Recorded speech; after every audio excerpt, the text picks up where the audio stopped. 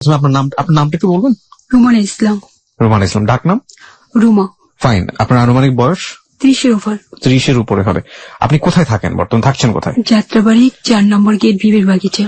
আপনি কি সবসময় এভাবে আসতেই কথা বলেন সবার সাথে? হ্যাঁ। ঠিক আছে, বলুন। আমরা সাধারণত যেটা হয় যে হ্যালো 8920-তে একেবারে শৈশব থেকে শুরু করি, দূর থেকে মনে থাকে, তো আজকেও ব্যতিক্রম হবে না। আমাকে একটু বলবেন যে আপনি আমাদের সঙ্গে তো ফোনে আপনার জীবনের গল্প বলতে চেয়েছিলেন, আপনি জানলেন কিভাবে অনুষ্ঠানটা সম্পর্কে? আমি আসলে এটা জানতাম না, রেডিও শোনা হয় না আমার। তো আমার মাঝখানে খুব সমস্যা গেল, অনেক ভয়াবহ। তো আমার একটা বান্ধবী আছে, ওর অ্যাবসেন্ট, ওর বাসায় আমি গিয়েছিলাম। যাওয়ার পর মার সাথে আমি এটা আলোচনা করে আমার সমস্যাটা নিয়ে, তারপরে উনি আবার ওনার ছেলে মেয়েদের সাথে আলোচনা করে, আমার বান্ধবীর ভাই বোনের সাথে। তো ওর ছোট ভাই আমাকে বললো, আপু আপনি কাজ করতে পারেন, এখানে আপনি রেকর্ডিং করে পাঠান, দেখেন ওনারা যদি ডাকে আপনার কাছে কোনো কাজ আসতে পারে, কিছু হতে পারে। তারপর আপনি রেকর্ডিং করে পাঠিয়েছেন? আমি ট্রাই করে পাঠিয়েছি। আমরা স্পেশালি থ্যাঙ্কস জানাই যে ছেলে মেয়ে আপনাদেরকে এই পরামর্শ দিয়েছে, এবং আমরা শাকিল, এবং একই সাথে আমি আল্লাহকে ধন্যবাদ জানাই এই কারণে যে একটা অনুষ্ঠান মানুষের জীবনে এতটা আস্থার জায়গায় পৌঁছে দিয়েছেন তিনি, যে আমি সবাইকে আজকে নক করতে চাই। আমি একটা উদাত্ত আহ্বান জানাতে চাই আজকের এই অনুষ্ঠানের মাধ্যমে, নট অ্যাজ এ আরজে, আমি আপনার পাশের বাড়ির খুব পরিচিত একজন মানুষ হিসেবে, শুধুই কিবরিয়া হিসেবে আপনাদের সবার দৃষ্টি আকর্ষণ করে বলছি যে আজকের এই জীবনের গল্পটি যত কষ্টই হোক আপনাদেরকে আমি সবাইকে রিকোয়েস্ট করছি, প্লিজ আপনারা আজকের এই জীবনের গল্পটি শুনবেন সবাই মনোযোগ দিয়ে। এবং সাধারণত আমি কখনোই এইভাবে রিকোয়েস্ট করি না কাউকে, আজকের এই জীবনের গল্পটি শোনার জন্য আমি সবাইকে রিকোয়েস্ট করছি, এবং আই বিলিভ কেন করছি সেটা আপনারা শেষ পর্যন্ত শুনলে বুঝতে পারবেন যে আমার এই রিকোয়েস্টের পেছনের কারণ কি। আমি স্পেশালি থ্যাঙ্কস জানাই যারা আপনাকে সাজেস্ট করেছেন তাদেরকে, যে তারা হ্যালো 8920-কে, ক্লোজ আপ প্রেজেন্স হ্যালো 8920-কে এতটা আস্থার জায়গায় রেখেছেন। জি, আপনি শুরু করুন, আপনার শৈশব থেকে শুরু করুন। আমার শৈশব শুরু হয় সরকারি প্রাইমারি স্কুল থেকে। আমি ক্লাস 1-এ পড়ি ওখানে। আপনার বাড়ি কোথায় ছিল? আমার বাড়ি বিক্রমপুর। বিক্রমপুরে? লৌহজং থানা। লৌহজং থানাতে বিক্রমপুরে। হ্যাঁ। আমার ফ্যামিলি সম্পর্কে একটু বলেন, আপনার বাবা কি করতেন? আমার বাবা ব্যবসা করতেন। আচ্ছা, আপনার ভাই বোন কজন ছিলেন? আমরা ভাই বোন 5 ভাই 3 বোন। 5 ভাই 3 বোন। আমার পড়াশোনা শুরু হয় সরকারি বিদ্যালয় থেকে। আমার একজন প্রাইভেট টিউটর ছিল, ওনার কাছে আমরা ভাই বোনে লেখাপড়া শিখেছি, আমার হাতের খড়ি ওনার কাছ থেকে। যখন আমি ক্লাস 2-তে উঠবো তখন আমার অন্য টিচার পাল্টালো। সে বলল যে ওকে প্রাইমারি স্কুলে না রেখে, আমার ভাইয়ার কথা বললো, ও যখন সে লক্ষ্মীবাজার মুসলিম গভর্নমেন্ট স্কুলে পড়ে, তো ওকে ওখানে করা হোক। তো আমাকে ঢাকা সেন্ট্রাল গার্লস স্কুলে ভর্তি করা হলো ক্লাস 2-তে। তো আমি এখানে পড়ছি, ভাই বোন ছিল আমার ছোট অনেকগুলো ভাই বোন। ভাই বোনকে আমার টেক কেয়ার করতে হতো, আমি পড়াশোনার সময়টা পেতাম না। আমি স্কুলে আসতাম সমস্ত কাজ শেষ করে, তারপরে আমাকে প্রায় শাস্তি পেতে হতো। তারপরে আমি টিফিন টাইমে খেলতে না যেয়ে আমি বেশিরভাগ সময় ক্লাসে বসে ক্লাসে পড়া বুঝে নিতাম।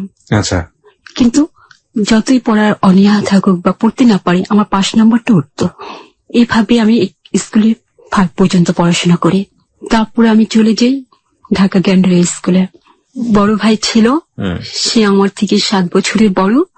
তো ও আর আমি পাশাপাশি মানে হাইটে সমান হয়ে আসছিলাম। তো আমরা দুজন খুব বন্ধুর মতো চলাফেরা করতাম। আর ও প্রতিদিন আমার জন্য চেয়ারম্যান অফিস থেকে একটা করে লাল গোলাপ নিয়ে আসতো। আপনার জন্য? হ্যাঁ, নিয়ে এসে আমার চুলে লাগিয়ে দিত। আমার চুলগুলো খুব সুন্দর ছিল ছোটবেলা, আর আমি দেখতে কিছুটা কিউট ছিলাম। মানে আপনার বড় ভাইয়ের সাথে আপনার সম্পর্ক খুব ভালো ছিল? ভালো ছিল। আপন বড় ভাই? হ্যাঁ, আপন বড় ভাই। তো আমাকে সবসময় এরকম করতো, আর আমাকে স্কুলে কখনো একা যেতে দিত না। আমার জীবনে আমি কোথাও একা যেতে পারিনি। একা যেতে পারেননি কেন? আমাকে চলতে দেয়নি একা কখনো। আমার ফ্যামিলি বেশি আদর করে এরকম, নাকি আপনি একা চলতে পারতেন না? আমি একা চলতে পারতাম না, কখনো কোনো ব্যাপারে সিদ্ধান্ত নিতে পারতাম না। আমার সবকিছুতে একটা ভয় ছিল, ভীতি ছিল ছোটবেলা থেকে। কেন ভয় লাগতো জানি না। আমি ছোটবেলায় একবার হারিয়ে গিয়েছিলাম। আমার খুব ঝাপসা ভাবে মনে আছে, আমার পরনে খুব সুন্দর একটা ফরক ছিল, দামি একজোড়া জুতো ছিল পায়ে। আমি খুব সুন্দর একটি ভেবেছিলাম। আমাকে রেল লাইনের পাশে অনেকগুলো লোক পেয়েছিল। ওরা অনেক খুঁজে খুঁজে মানুষকে জিজ্ঞেস করে তারপর আমাদের বাসায় নিয়ে আসে। তখন কি আপনি কোন স্কুলে পড়ছেন বা এরকম? না, তখন আপনি স্কুলে পড়েননি? স্কুলে পড়ার আগে? পড়ার আগে। আপনি বোন কি একটাই ছিলেন আপনার ফ্যামিলিতে? 5 ভাই 3 বোন আমরা। 5 ভাই 3 বোন। বোনদের মধ্যে কি আপনি সবার ছোট? আমি সবার বড়। সবার বড়? হ্যাঁ, আচ্ছা, ওরা ছোট। তারপর থেকে আমাকে আর কোথাও যেতে দেওয়া হতো না, আলাদা করে টেক কেয়ার করা হতো। হ্যাঁ, সব ভাই বোনদের সাথে যেরকম ব্যবহার করতো তার চেয়ে কি আলাদা করে আপনার সঙ্গে ব্যবহার করা হতো? হ্যাঁ, আমাকে এমনকি পাশে ঘরেও যেতে দেওয়া হতো না, কারোর সাথে কথা বলতে দেওয়া হতো না। আমি সারাক্ষণ ঘরে থাকতাম। আর আমি ছোটবেলা থেকেই খুব চঞ্চলও ছিলাম না, খুব শান্তও ছিলাম না। আচ্ছা। তবে আমি কখনো আমাকে কেউ মারলে বা কেউ অন্যায় করলে আমি প্রতিবাদ করতে পারতাম না। আমি যখন বেশি হয়ে যেত তখন বসে বসে কাঁদতাম। আচ্ছা। প্রায় দেখতাম আমার মা অন্যান্য বাচ্চাদের সাথে যেমনটা করে আমার সাথে তেমনটা করে না। কিরকম? মানে ওদেরকে যেমন স্পেশালটা বেশি দিচ্ছে, ফোকাসটা বেশি দিচ্ছে। হ্যাঁ, ফোকাসটা বেশি দিচ্ছে, আমাকে একটু কম দিচ্ছে। তারপর আমাকে একটু কাজের ব্যাপারে সহযোগিতা করার জন্য বলতো। তারপর আমি কোথাও গেলে খুব রাগ করতো, খুব শাসন করতো। তো এরকম থেকেই মানে আমি একেবারে হয়ে গেছিলাম যে আমার একা কোথাও যাওয়ার মতো মন মানসিকতা ছিল না, বা কোনো সিদ্ধান্ত নিব, কোনো ডিসিশন নিব, এরকম কিছু ছিল না কখনো। অতিরিক্ত শাসন হতো? অতিরিক্ত। বাবাও কিরকম অতিরিক্ত শাসন করতো? না, বাবা আমাকে খুব আদর করতো। আচ্ছা। আদর করতো বলতে গেলে আমার ফ্যামিলি, চাচাতো মামাতো যারা আছে ওদের মধ্যে আমি ছিলাম মেয়েদের মধ্যে সবচেয়ে দেখতে ভালো এবং শান্তশিষ্ট ছিলাম। আমার চাচারা যদি কেউ জিজ্ঞেস করতো যে কে এই মেয়েটা কে, তো খুব সুন্দর করে বলতো আমার মেয়ে তার মেয়ে। আমার বড় চাচা বলতো আমার মেজো ভাইয়ের মেয়ে। এর জন্য ছোটবেলার থেকে আমাকে সবাই একটু কেমন করতো, আমার চাচাতো বোনরা মামাতো বোনরা একটু ঈর্ষার চোখে দেখতো। মানে আমার ভালো দিকটা ওরা দেখতেই পারতো না, সবাই আমাকে এড়িয়ে চলতো। মানে চাচাতো বোন অন্যান্যরা আপনাকে জেলাস ফিল করতো কারণ চাচারা আমাকে নিয়ে বেশি মাতামাতি করতো। তারপর আমরা একবার যখন ক্লাস 5-এ পড়ি তখন সিলেটে গেলাম পুরো ফ্যামিলি। তখন সিট নেই, আমরা কিন্তু বুকিং করে রেখেছিল টিকিট, কিন্তু সিট পাচ্ছে না, সবাই এলো পাথাই হয়ে আছে। তো পাশের সিটে ছিল পুলিশ সার্জন যাচ্ছিল আর সাংবাদিক। তো ওরা আমাকে দেখে সিটটা পুরো খালি করে দিল। দিয়ে বললো, সার্জন আমাকে বলতেছে মামুনি তুমি এখানে বসো। তো আমাকে বলতেছি কোথায় যাচ্ছ তোমরা? তো আমি বললাম সিলেট যাচ্ছি আমরা বেড়ানোর জন্য। তুমি কার সাথে যাচ্ছ? আমি বললাম আব্বু আম্মুর সাথে। উনি কে? আমার মাকে দেখে বলছে উনি কে? আমার আম্মু। তোমার আম্মু? হ্যাঁ আমার আম্মু। আমার আম্মু ছিল কালো। মানেটা হচ্ছে যে আপনার মার চেহারার সাথে আপনার চেহারার কোনো মিল ছিল না। বিশেষ করে আমার ভাই বোনদের থেকে আমি একটু আলাদা ছিলাম। হ্যাঁ, মানে আপনি অনেক সুইট ছিলেন দেখতে, সুইট একটা বাচ্চা ছিল। এবং হ্যাঁ, আমি শুনেছি আমার মার কাছে সবার কাছে মানে এই রাস্তা দিয়ে যারা হেঁটে যেত পাশাপাশি ফ্ল্যাটের বা বাড়ির যে দেখতো সেই আমাকে মানে তুলে নিত। হ্যাঁ, তুলে নিয়ে আদর করতো। বুঝতে পেরেছি। তো আমরা সিলেটে গেলাম, যে আমরা থাকলাম অনেকদিন ওখানে, 7-8 দিন। যখন অসুস্থ হতাম আমি, আমার মার চেয়ে আমার বাবা বেশি টেক কেয়ার করতো আমাকে। আমার মাকে কখনো দেখতাম না আমার জ্বর হলে সে ভাবনা করে বা একটু পানি না, আমার মা আমার ভাইদেরকে বেশি করতো। কিন্তু আমি যে সারাদিনে কিছু খাইনি সেটা তার কোনো খেয়াল ছিল না। আর বেশি করতো আমাকে ভাইয়াদের খাবার টাবার রেডি করা দেওয়ার জন্য, ধমক দিতে থাকতো, শাসন করতো। আমার সারাক্ষণ কাটতো মার কাজকর্ম করে। আর অবসর টাইমে ভাই বোনদের, ছোট ভাই বোন যারা ছিল তাদেরকে কোলে রেখে গল্প শোনানো বা ঘুম পাড়ানো। তো আমি সেই ফাঁকে ওদেরকে কোলে নিয়ে পায়ের উপর রেখে আমি আমার পড়াটা বুঝে নেওয়ার চেষ্টা করতাম। এটা আপনি কোন ক্লাসে থাকতে করতেন? এটা আমার ক্লাস 2 থেকেই শুরু হয়। ক্লাস 2 থাকা অবস্থায়? হ্যাঁ। মানে আপনার বাকি ভাই বোনগুলো তো আরো ছোট ছিল? হ্যাঁ। তো আমার মাঝে মাঝে মনে হতো খুব কান্না পেত। অন্য আমার সাথে যারা পড়াশোনা করতো তাদের মারা কিভাবে বাচ্চাদের জন্য খাবার নিয়ে আসতো, পরীক্ষার হলের পাশে দাঁড়িয়ে থেকে তাদেরকে পড়া বলে বলে দিত। তখন আমার খুব কান্না আসতো যে আমার মা তো এমন না। তারপর ক্লাস 4-এ যখন পড়তেছি তখন একদিন খুব বৃষ্টি। আমার সাথে আমার একটা বান্ধবী ছিল, তো ওদের বাসায় এর আগে আমি আরো 2বার গিয়েছি। তো সেদিন বৃষ্টি হচ্ছে, আমাকে বলে তুমি আসো আমাদের বাসায় আসো, বৃষ্টি কমলে আমি পৌঁছে দিয়ে আসবো। বলার পর আমি ঠিক আছে ওদের বাসায় গেলাম। বাসায় গিয়েছি আর এমন বৃষ্টি নামছে তো নামছি। আর আমরা যে ঘুমাইছি, ও বাসায় গেছি পরে খালাম্মা খাবার টাবার দিছে, খায়া যে ঘুমাসছি আর কোনো ইয়ে নেই, ঘুমাই গেছি, 4টা বেজে গেছে। ওকে। এইদিকে তো বাসা আব্বাস করছে, হই হই রব পড়ে গেছে। পুলিশ থানায় নিয়ে করছে, করে এখন বলতেছে রেডিও অফিসে করবে। এদিকে এসে দেখি আমার মা খুব কান্নাকাটি, খুবই, আব্বাও মুখ চোখ কালো হয়ে গেছে, তারা রেডিও অফিসে যাচ্ছে করার জন্য। আর আমার রেডিও অফিসে যাচ্ছে হারানো বিজ্ঞপ্তি দেওয়ার জন্য। তারপর আমি যাওয়ার পর আমার মা কি করলো, কিভাবে যেন দুধ টোধ দিয়ে পানির সাথে তেল টেল মিক্স করে আমাকে গোসল করালো, দোয়া টক পড়লো, পরে আমাকে ঘরে নিয়ে গেল। এই আর কি। মানে বুঝতে পারছি যে কেন আপনাকে আসলে ঘরের মধ্যে সবসময় চোখে চোখে রাখতো। তাদের একটা ভয় ছিল যে আপনাকে নিয়ে যাবে, কিডন্যাপ করতে পারে আমাকে, আপনাকে। মানে এতটাই বেশি সুন্দর ছিল ছোটবেলাতে এবং এতটাই বেশি আদর ছিল যে আমি সবসময় শার্ট প্যান্ট পরতাম। আমার ভাইয়াকে ড্রেস দেওয়া হতো, আমাকে সেই ড্রেস দেওয়া হতো। আর আমার চুলগুলো সবসময় এতটুকু ছিল, বয়কাট স্টেপ করা। সবাই বলতো খান সাহেবের এই ছেলেটা না একেবারে মেয়েদের মতো। যেখানে যেতাম, দাওয়াত খেতে যেতাম, আমাদের 2 ভাই আর আমাকে আব্বা পাঠাতো, আব্বা আম্মা যেত না। তো সবাই বলতো খান সাহেবের 3 ছেলেকে পাঠিয়েছে, তারা 2জন আসেনি, আর এই ছেলেটা তো সুইট কেন, একেবারে মেয়েদের মতো। তারপর আমার ভাইয়ের সাথে ভালো রিলেশন ছিল, ওর সাথে আমি এমন ভাবে ঘুরতাম যে আমরা বড় হয়েও আমার হাইট খুব বাড়ন্ত ছিল। আমি 12 বছর বয়স যখন আমার পড়েছে, তখন আমাকে দেখলে মনে হতো 18 এরকম। আর নানান জায়গা থেকে ডিস্টার্ব করা হতো বিধায় আমার ভাইয়া খুব গাইড করতো আমাকে, 24 ঘন্টা চোখে চোখে রাখা। হ্যাঁ, আমার মা খুব গাইড করতো, কারোর সাথে কথা বলতে দিত না, কারোর সাথে চলতে দিত না, কোনো ঘরে যেতে দিত না। কোথাও যদি যাই আমার আব্বা আম্মার সাথে নিয়ে যায়, সাথে নিয়ে আসে। আমার জীবনে বিয়ের আগ পর্যন্ত আমি কোথাও একটি রাত থাকতে পারিনি, একটি দিন আমি একা কোথাও কাটাতে পারিনি। স্কুলে যখন আমি পড়তাম, প্রায় আমার পড়াশোনা খারাপ হতো। কেন খারাপ হতো? আমি পড়তে পারতাম না বাসায়, সময় পেতাম না। মানে আপনার ভাই বোনদের যত্ন করতে গিয়ে তো টিচার আমাকে মাঝে মাঝে শাস্তি দিত, বেঞ্চের উপর দাঁড় করে। তো দাঁড় করালে না, আমার চোখগুলো ছিল খুব বড় বড়, তখন বড় বড় ছিল আমার চোখগুলো। তো কান্না চলে আসলে তো পানিগুলো টলটল করতো। তো টিচার আমার চোখের দিকে তাকালেই বলতো বসো, আমাকে আর শাস্তি দিত না। মানে প্রচন্ড মায়া লাগতো। হ্যাঁ, আর আমি এই জিনিসটাই ছিল আমার সবচেয়ে বেশি, আমি কান্না করে দিতাম যখন আমাকে কেউ শাস্তি দিত। হ্যাঁ, বুঝতে পেরেছি, না মায়াবী একটা চেহারা ছিল আর কি। তারপর যখন ক্লাস 5 উঠি, তখন আমি বড় হয়ে যাই দেখতে। তো এই পাশ দিয়ে রাস্তার মধ্যে অনেকগুলো ছেলে দাঁড়িয়ে থাকতো। তো একদিন একটা ছেলে কি যেন বলার পর তখন আমি যেন কেমন করে বলে ফেলি, হ্যাঁ গুন্ডা আমাদের অনেক দেখা আছে। দেখার পর ওরা খুব মানে ব্যাপারটা নিয়ে মজা পেয়ে যায়, খুব হাসাহাসি হয় আর কি। কিন্তু আব্বা কেন জানে আমি জানি না, আমার ভাইও। তারপরে কিছুদিন পরে আমাদের বার্ষিক পরীক্ষা হয়ে যাওয়ার পর আমাকে স্কুলটা চেঞ্জ করে দিল। এই বিষয়টা কি জানতো? আমি জানি না, আপনার মনে একটা সন্দেহ তৈরি হয়েছিল সামহাউ কিছু একটা আমার ফ্যামিলি জানছে। পুরোনো ঢাকার গ্যান্ডারি স্কুলে ভর্তি হই, ওখানে আমি পড়াশোনা করতে থাকি।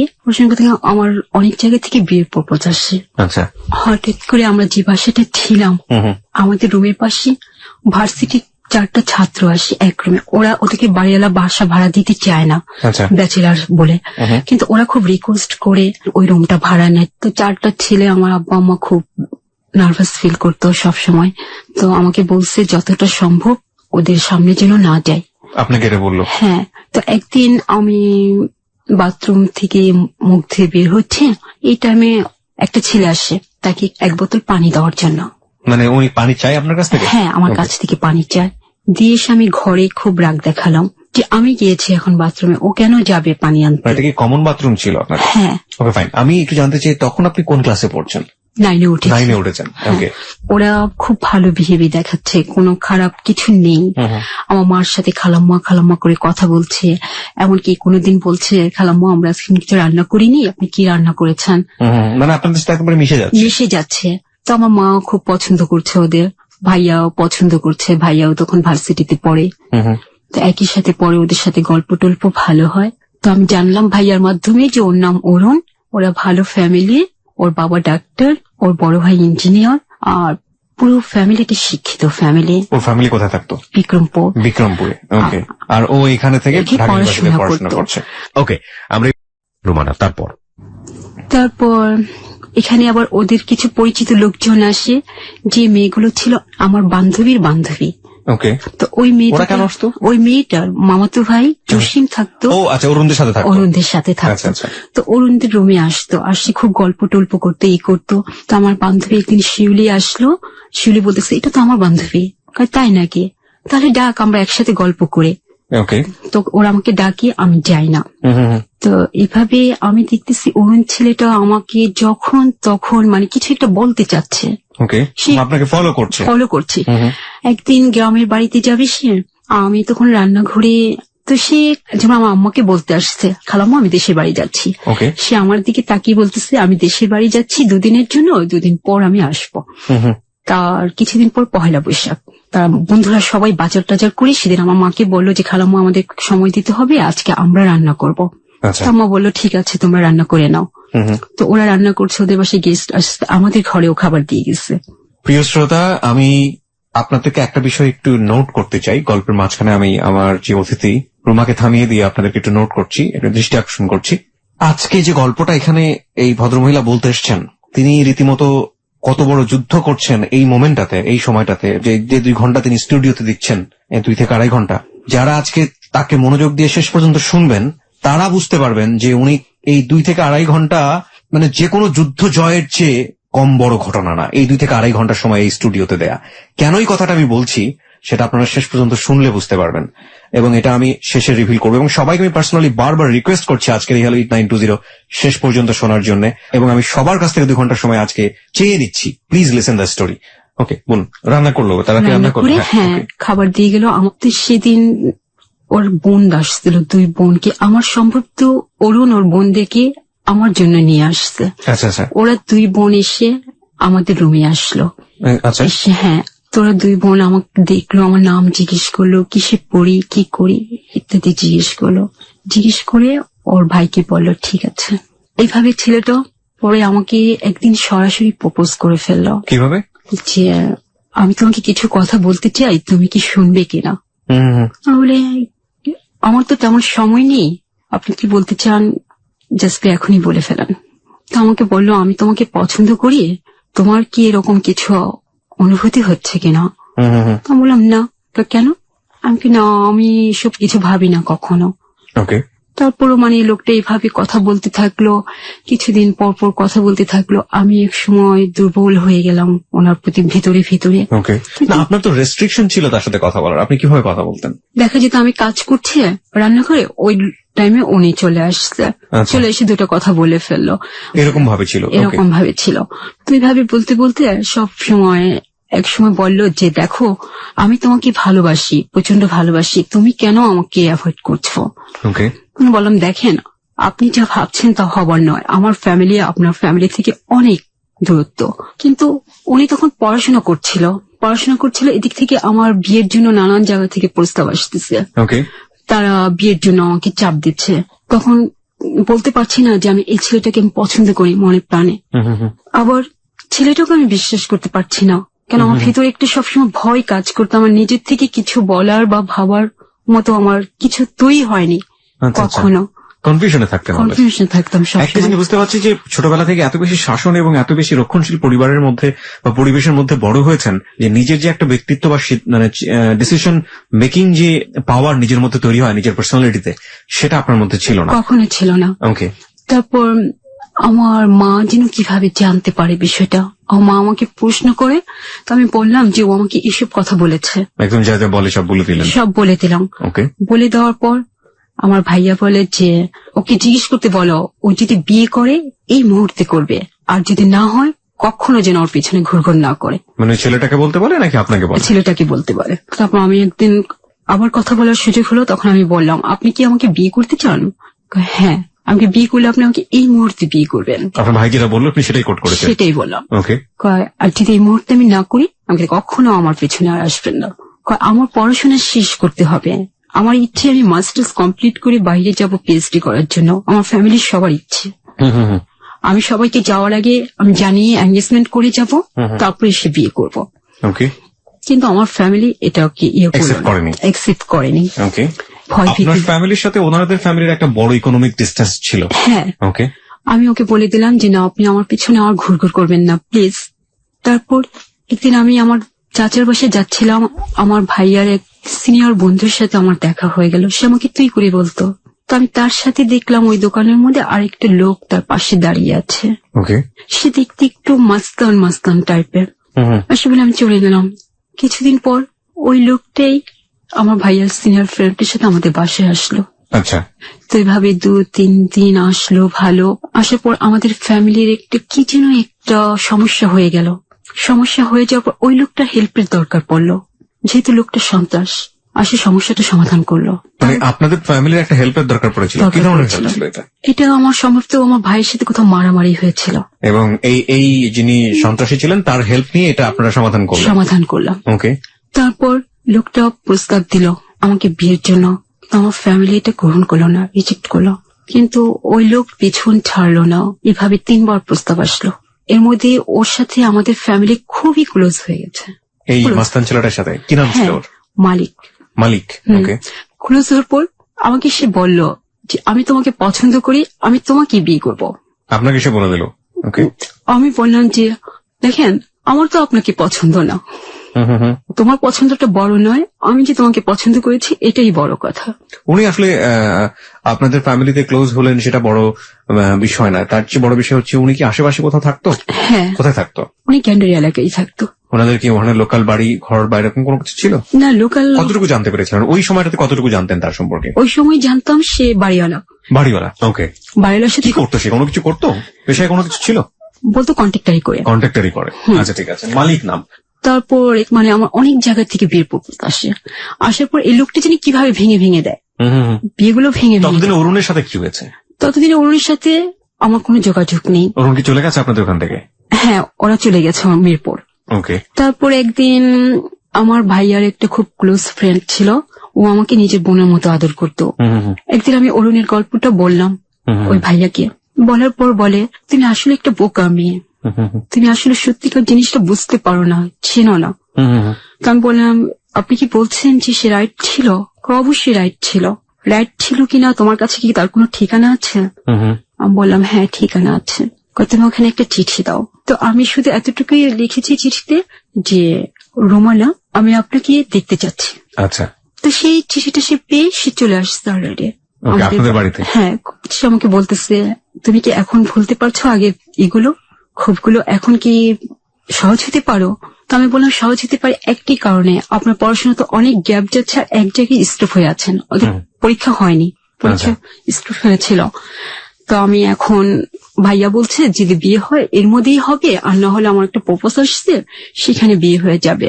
তার জন্য আমি আপনাকে নক করেছি, আপনি কি এই মুহূর্তে বিয়ে করবেন? কয় না, পড়াশোনা শেষ না করে আমি বিয়ে করব না। আমি বললাম পড়াশোনা শেষ করতে কতদিন লাগবে? সেটা বলতে পারি না, 1 বছর হতে পারে, 2 বছর হতে পারে।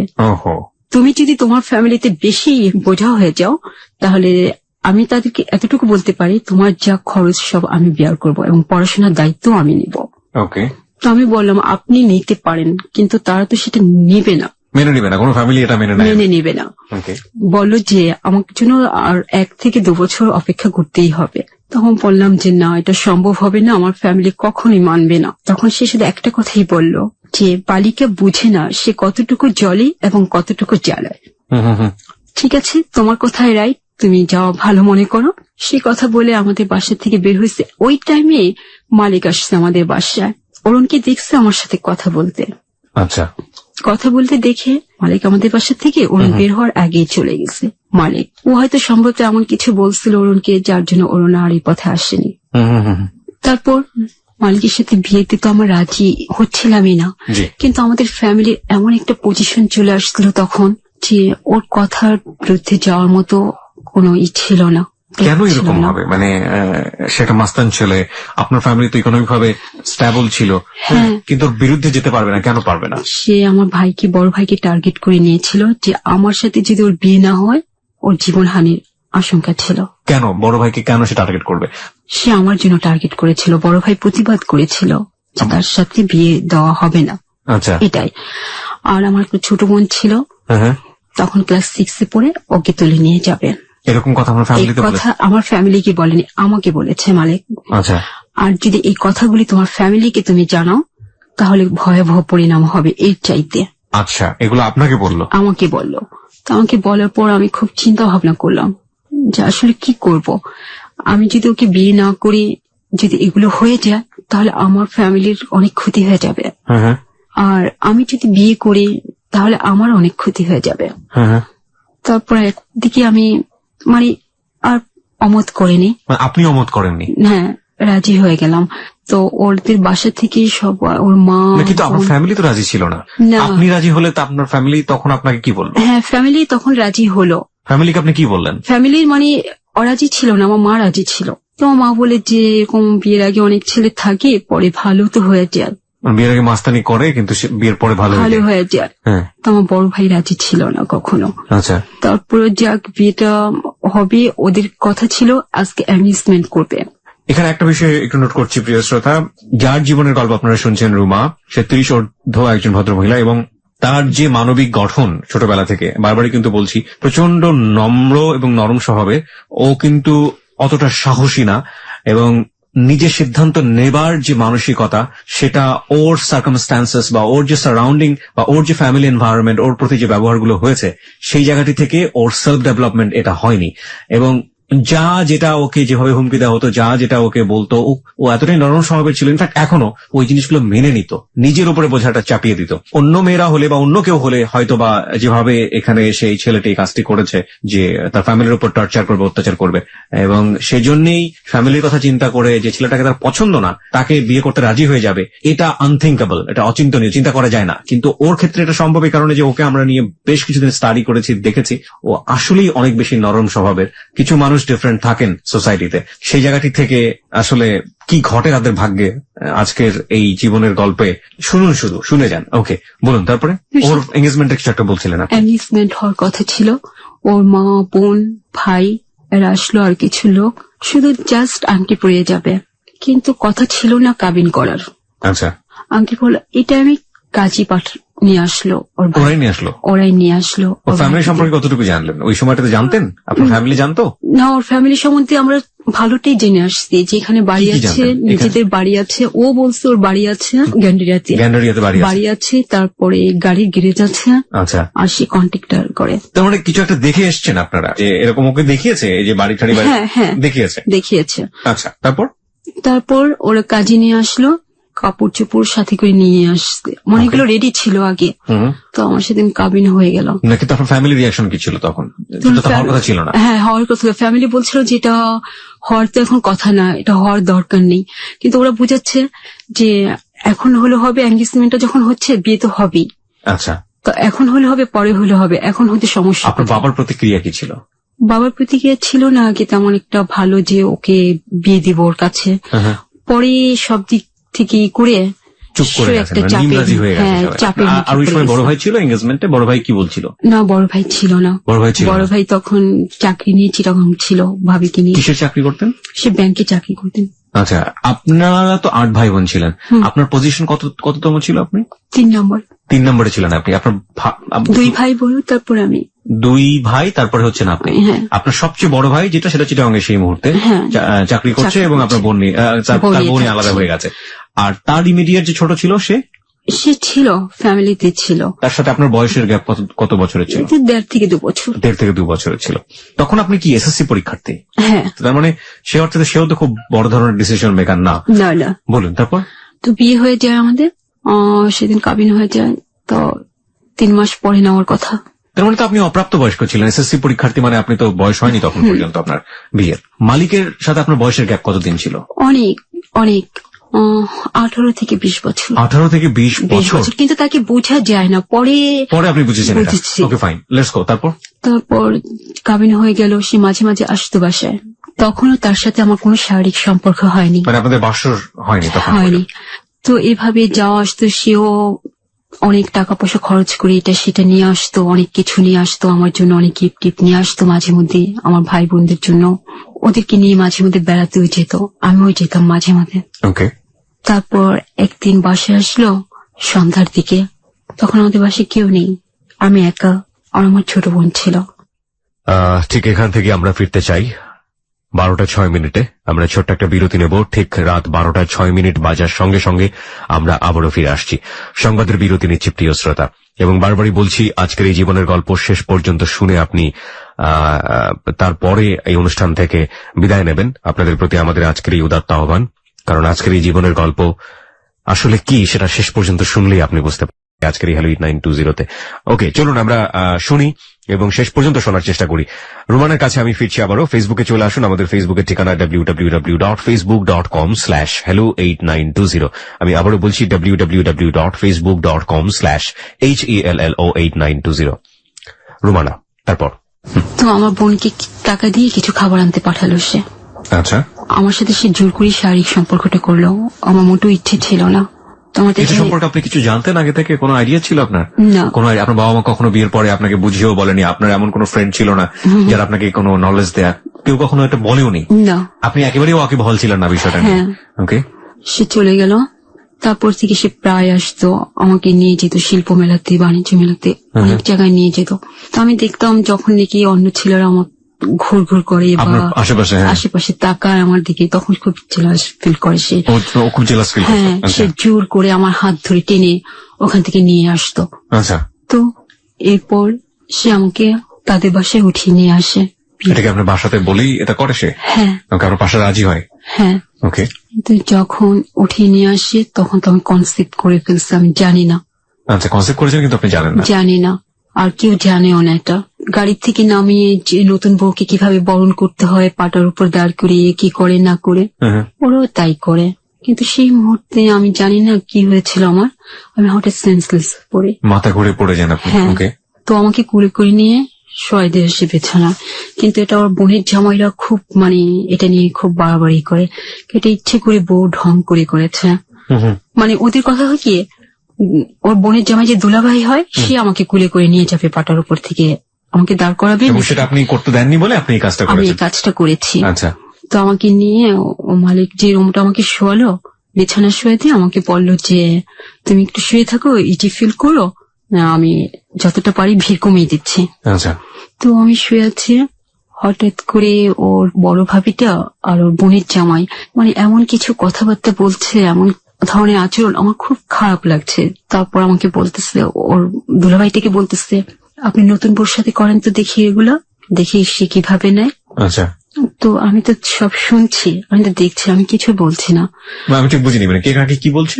ওর বড় ভাবি আর ওর বোনের জামাই, মেজো বোনের জামাই, এই ধাক্কা ধাক্কি, খুব খারাপ লাগছে আমার। আপনার কাছে এগুলো ভালো লাগছে না? এবং সেটা আসলে উনি আপনাকে মেনশন করে বলছে যে আপনার সঙ্গে করুক, তো সে কিভাবে নেয়, আমি কিভাবে নেই। আচ্ছা আচ্ছা। তো ওর বোনের জামাই কিছুক্ষণ পর এসে আমার পিঠে হাত রেখে বলছে, ভাবি এখন কেমন আছেন? তো আমি বললাম ভালো। তো আমাকে বললো, কিছু খাবেন, কিছু এনে দিব? না না, আমি একটু একা থাকতে চাই, এটা বললাম। তো সে চলে গেল।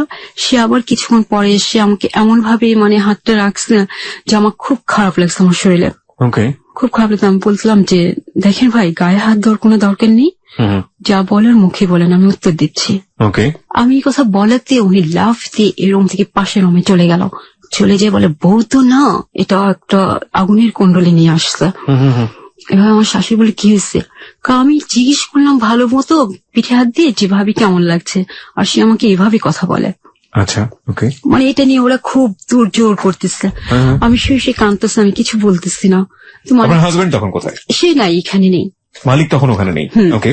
সে রাত 12:30 সময় আসছে। আসার পর আমাকে বলতেছে, তুমি ড্রেস চেঞ্জ করনি, করবে না? আমাকে হ্যাঁ করবো, তো ঘরে অনেক মানুষ ছিল তাই করে নেই। ঠিক আছে, আমি বাইরে গিয়ে দরজা লাগিয়ে দিচ্ছি বাইরে থেকে, তুমি ড্রেস চেঞ্জ করো।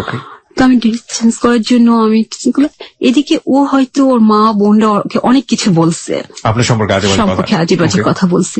তো কিছুক্ষণ পর, আধা ঘন্টা পর ও রুমে আসলো এমন ভাবে, কিছুক্ষণ আগে যে লোক আমার সাথে এরকম বিহেভ করলো, এখন তো তার এরকম বিহেভ করার কোনো কারণ নেই, চেঞ্জ হয়ে গেছে। চোখ মুখ লাল হয়ে আমাকে পারে তো এখনই মারি দেয়। এই বিয়ের প্রথম দিনই এই ঘটনা? হ্যাঁ, প্রথম দিনটা ঠিক না, আসলে আপনাকে নিয়ে যাওয়ার প্রথম দিন। তো আমাকে, আমি বললাম কি হয়েছে?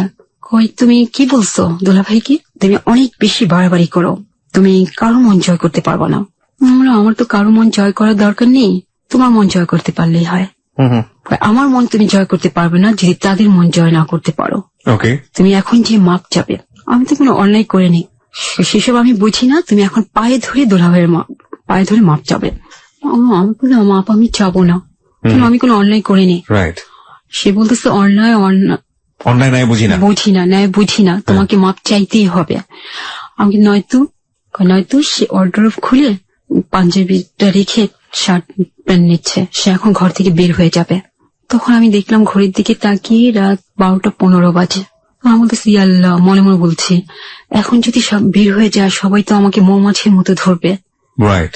তখন আমি একটু চিন্তা করলাম যে কি করা যায়, কেন মাপ আমি চাইবো না যেহেতু আমি অন্যায় করিনি। তারপর আমি বললাম ঠিক আছে আমাকে একটু 5 মিনিট সময় দাও। তো আমি একটু চিন্তা করলাম কিভাবে পরিবেশটা হালকা করা যায়। আমি যখন বাথরুমে যাব তখন বাথরুমে যেতে আমার শাশুড়ি রুমের উপর দিয়ে। বললাম যে আমি ফ্রেশ হয়ে আসি। পরে আমি ওর রুমে যখন পা দিচ্ছি দেখি আমাদের বাসা থেকে যে খাবারগুলো পাঠানো হয়েছে আমার সাথে, সেই খাবারগুলো ওরা সবাই খাচ্ছে। আমাকে দেখে আমার ননাসের জামাইটা লাফ দিয়ে চলে গেল। বলে কি যে খাবার দিচ্ছেন না, এগুলো একটা খাবার হলো নাকি? আর দিচ্ছেন যখন খেয়েই নেই, আর তো আর আসা হবে না এখানে, আর তো খাওয়া হবে না।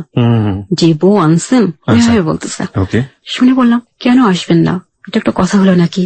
আপনাদের বাড়ি ঘর আপনারা আসবেন না কেন? অনেকে এইভাবে তাকানোর পর আমার শাশুড়ি বললো তুমি কি বলছো জামাইকে? কই কি বলেছি?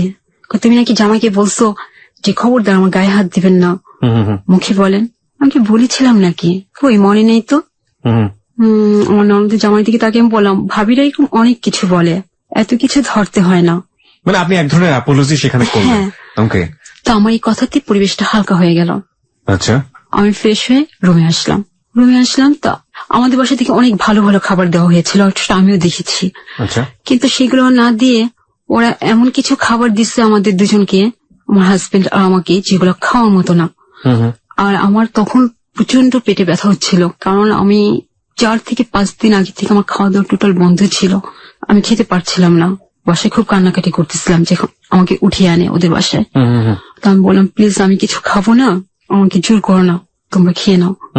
শুয়ে আছি, ও আসছে মাত্র আমি আমার শাশুড়ি দরজার মধ্যে লাথি দিয়ে বলতেছে, আমার হাজবেন্ডের নাম ধরে বলতেছে এদিকে। তো এদিকে বলছে, ও সুর করে চলে গেল। চলে যে মানে তারা নানান ধরনের কথা বলতেছে আমাদের বাড়ির সম্বন্ধে, এটা করছি সেটা করছি, মেয়ের সাথে এই দেয়নি সেই দেয়নি, কোন যৌতুক দেয়নি, টাকা পয়সা দেয়নি, অমুকে খারাপ ব্যবহার করছে, এই করছে সেই করছে, বলতে বলতে রাত পুরো 4:30। ওকে। আপনি তখন বেডে একা আমি বসে বসে কাঁদছি। আচ্ছা।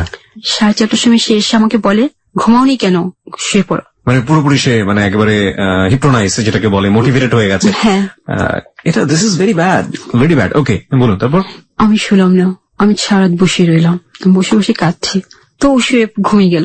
পরে আমাদের বাসার থেকে লোকজন গেল দুপুরের দিকে আমাকে আনার জন্য। তো ওখানে কিছু অপ্রীতিকর ঘটনা ঘটলো। মানে তারা বলতেছে আমি কিন্তু রাত্রে আসছি, তারা বলতেছে বউ এটা করেনি সেটা করেনি। আপনার এগেইনস্টে অনেক কমপ্লেন করতেছে, বউ ওকে ডাকেনি দুলাভাই বলে, ওকে ডাকেনি আপা বলে, তাদেরকে জিজ্ঞেস করেনি কোনো কথা। তো আমার চাচাতো বোনের জামাই গিয়েছিল সাথে, সে বলল সে তো আসলোই রাত্রে, তাকে তো আপনার কোনো সুযোগই দিলেন না, এক রাতের মধ্যে তারা সবকিছু এক্সপেক্ট করে বসে আছে। হ্যাঁ, তো এইভাবে আমাকে সন্ধ্যার দিকে আমাদের বাসায় নিয়ে আসলো। মানে আমাকে রেখে চলে আসছে তাদের বাসায় আসছে। পরে তাদের বাসায় হয়তো অনেক কথা হয়েছে। তো পরের দিন সকালে মালিক এসে আমাদের বাসায় ওর এক বন্ধুকে নিয়ে আসলো। সে বন্ধু রাস্তা দাঁড়িয়ে রইলো। ও আসলো, আসার পর আমাকে বলতেছে এই আসো, তুমি এখন আসো। আমাকে কেন, তুমি বাসায় আসো। না বাসায় আসবো না, তুমি এখন আসো। আমার এখন আমি যেতে পারবো না। মালিক আপনাদের বাসায় না এসে রাস্তা দাঁড়িয়ে আছে? জানলা দিয়ে বলছে আমাকে তুমি আসো। আমি বললাম এখন আমি আসতে পারবো না, তুমি বাসায় আসো, বাসায় এসে আমাকে নিয়ে যাও। আর এখন কিভাবে যাব সকালবেলা? তবে ও গলার চিৎকার করে বলতেছে এত বড় সাহস, কে মাস্তান? হ্যাঁ, আমার বাড়িতে যে বলছে যে ট্যাবলেট খাবেন। মানে ওর ভাবিরা ওর বোনরা এমন কিছু কথা বলছে, মানে ওরা যেমন ঠাট্টা করছে আমাদের বাসা থেকে লোকজন ঠাট্টা করেছে, কিন্তু ওরা সেগুলো অন্যভাবে নেগলেক্ট করে বলছে। আচ্ছা, বুঝতে পেরেছি, ওরা ওগুলোকে অন্যরকম মিনিং দাঁড় করিয়েছে। হ্যাঁ, সেটা নিয়ে ও খুব হইচই করে। তো সেদিন আমি যাই না, সেদিন আমাদের বাসা থেকে যাই, পরের দিন যাই। কিন্তু আমি একটা জিনিস লক্ষ্য করতেছি, ওদের সবার মধ্যে একটা জিনিস কাজ করতেছে যে আমাদের বাড়ি থেকে কোনো যৌতুক দেওয়া হয়নি।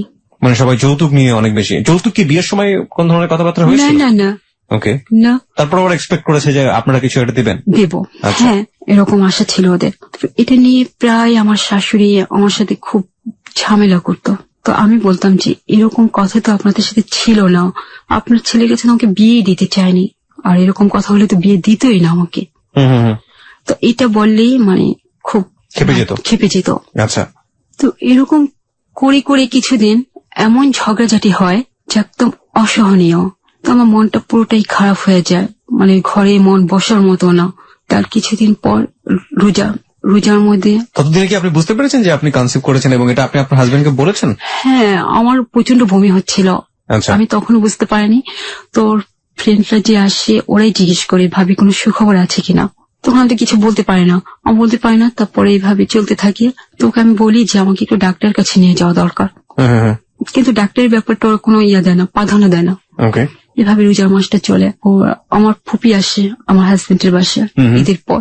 তখন আমার শাশুড়ি আর আমার দেবর তাদের বাড়িতে গেছে বেড়াতে, আচ্ছা, ফরিদপুর। তো এই সুযোগ আমার ফুপি আসতে পর আমি মানে তাকে বলে রাখি যে কিছুদিন সে থাকলে আমার একটু হেল্প হবে। 5-6 দিন থাকে, থাকার পর ওরা চলে আসে। আমার দেবর এসে দেখে যায় যে আমার ফুপি আসছে, দেখে যে ওদের বাড়িতে বলে, ওর বোনদেরকে বলে, ওরা সবাই আসতে থাকে, এসে দেখে আর একই কথা বলে। তো এর মধ্যে আমাকে আবার ডাক্তার কাছে নিয়ে যাওয়া হয়। ডাক্তার বলে যে আমার কনসিভ করা হয়েছে। আচ্ছা। তার বেশ কিছুদিন পর প্রচন্ড ভাবে ঝগড়া হয় মালিকের মার সাথে। কার? আমার। আপনার মালিকের আপনার শাশুড়ির সাথে আমার প্রচন্ড ঝগড়া হয়। কি বিষয় নিয়ে? কি একটা রান্নার ব্যাপার দেরি নিয়ে। ওকে। সেটা হয় পরে আমার শাশুড়ি বাসা থেকে চলে যায়। চলে যাওয়ার পর আর সে আসে না এই বাসায়, মানে আসবে না। ওকে। মালিকরা কয় ভাই বোন ছিল? 3 ভাই 4 বোন। ওকে। সবাই কি একসাথে থাকতো কাছাকাছি থাকতো, মানে সবাই চলে আসতো আর মালিকের উপর ডিপেন্ড করতো। যেমন ঈদ আসলে সবার কাপড় চোপড় দেওয়া থেকে শুরু করে। মালিক তখন কি করতো? ও কন্ট্রাক্টরই করতো। আপনারা যে বাসায় উঠেছেন ওদের বাড়ি ছিল? না, ওটা ভাড়া বাড়ি ছিল। ওকে। তো ভাড়া বাড়ি থাকলো তো আপনি জিজ্ঞেস করেন না সেই মোমেন্টে যে তুমি যে বাড়ি দেখালে সে বাড়ি কই বা কি অবস্থা? হ্যাঁ, জিজ্ঞেস করেছি। পরে জানতে পেরেছি যার বাড়ি দেখেছিস তার ওয়াইফই বলেছে যে ওর বাড়ি হবে কে থেকে, ও আমার বাসায় ভাড়া থাকে। ও ওকে। ওই বাসায় কি ভাড়া ছিলেন আপনারা? হ্যাঁ। ওই ভাড়া বাসাটাই দেখিয়েছিল যে ওটা ওদের বাড়ি? হ্যাঁ। ওকে। তারপর আমি বুঝতে পারি যে মালিকের ভাই ছিল ওর ইমিডিয়েটলি ছোট। মালিক কি সবার বড় ছিল? না না, ও মেজো ছিল। ওকে। তো আমি বুঝতে পারি যে আমার বিরুদ্ধে ওরা কিছু একটা করার চেষ্টা করছে, কিছু একটা ঘটাবে। আর মালিক এখন এমন হয়ে গেছে যে ওর মা ভাইরা যা বলে তাই শুনে। জি, আপনি বলছিলেন যে ওর মা বাসা থেকে বের হয়ে গেছে রাগারাগি করে। তারপর বের হয়ে যাওয়ার কিছুদিন পরে আমাকে মালিক বলতেছে যে এক কাজ করি, একটা মেয়ে আছে। তখন আবার বমি হয়েছে আমার, আর বমির সাথে রক্ত চলে আসছে গলা দিয়ে। কেন হলো এটা বুঝতে পারলাম না। আমার দেবর কখনো কিছু আনে না। সেদিন আমাকে একটি বড়ই এনে বলতেছে ভাবি নেন, এটা আপনার জন্য আনছি। বড়ই? হ্যাঁ, বড়ই। খাওয়ার পরে কিছুক্ষণ পর আমার প্রচন্ড বমি হয়, বমির সাথে রক্ত চলে আসে। ওকে। তো আমি কিছুক্ষণ চুপ করে বসে থাকি খাটে। বসে থাকার পর মালিকও খায় সেই বড়ই, ও খায়। খাওয়ার পরেই দেখলাম ওর সম্পূর্ণ ব্যবহারটা আমার প্রতি থেকে উল্টে গেল। ওরা আমাকে সহ্যই করতে পারছে না। আমাকে মনে হচ্ছে যে একটা বিরাট বোঝা একটা কিছু। আমাকে বলতেছে যে তোমার তো শরীর খারাপ, একটা মেয়ে আছে পরিচিত, খুব অসহায়, সেই মেয়েটাকে নিয়ে আসবো বাসায়, ও সব টেক কেয়ার করবে। থাকবে কোথায়? আমাদের ঘরে থাকবে, ফ্লোরে থাকবে।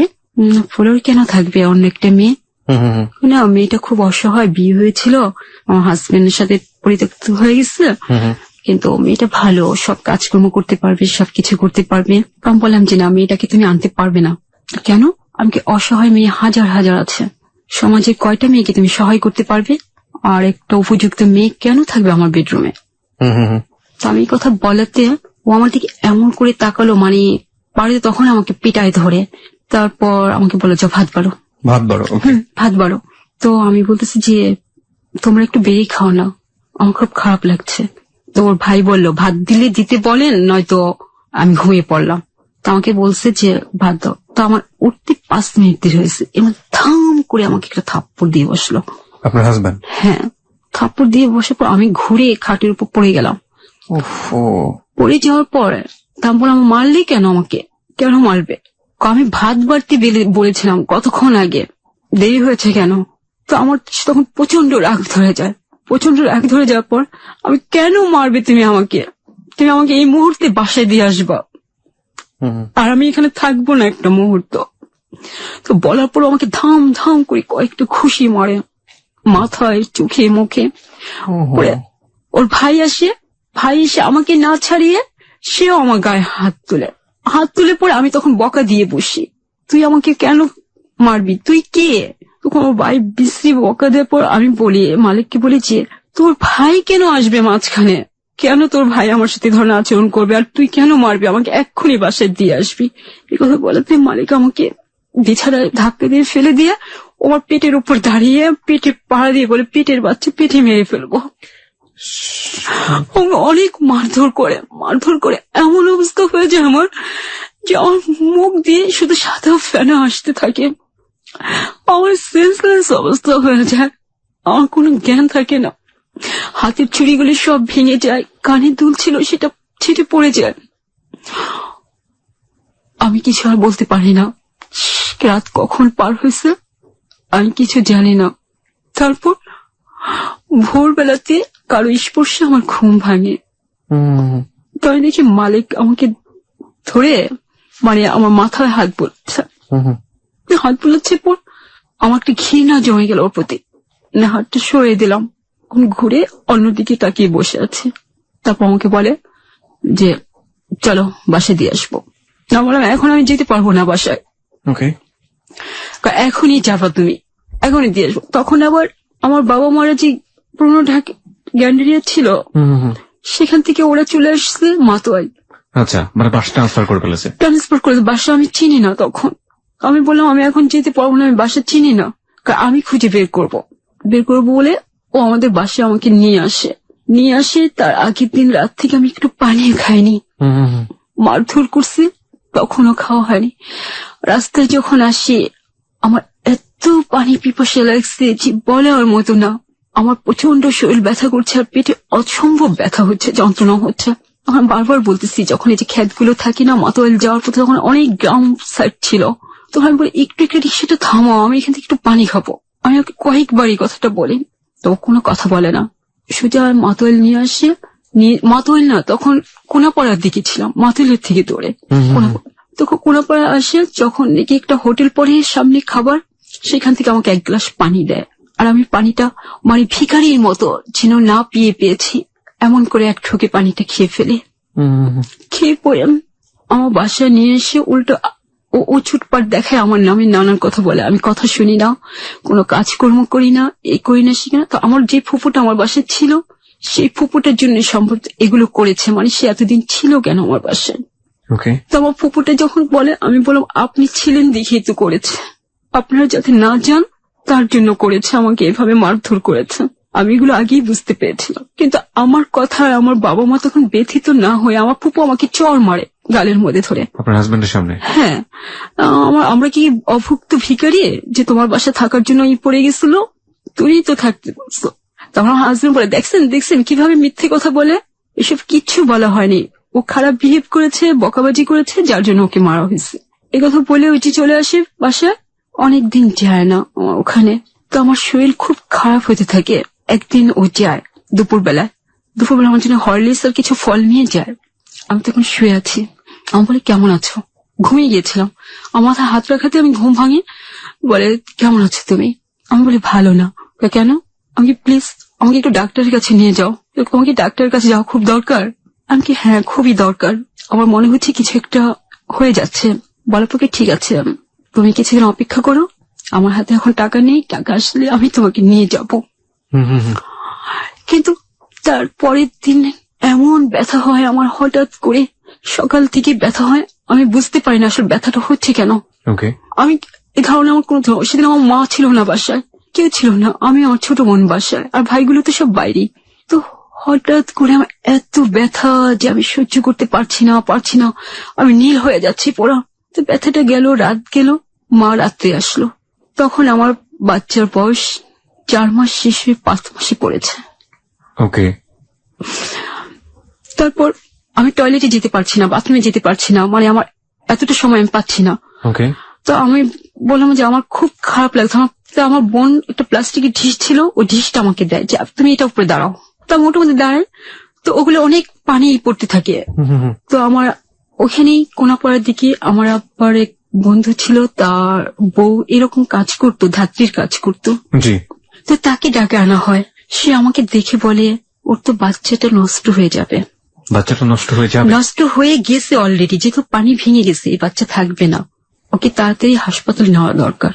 তখন আমি যে ডাক্তার দেখাতাম, মানে আমার বিয়ের পর আমার হাজবেন্ডের বাসায় থাকা যে ডাক্তারকে দেখিয়েছিলাম গ্যান্ডারিয়া, আমি সেখানেই আসি।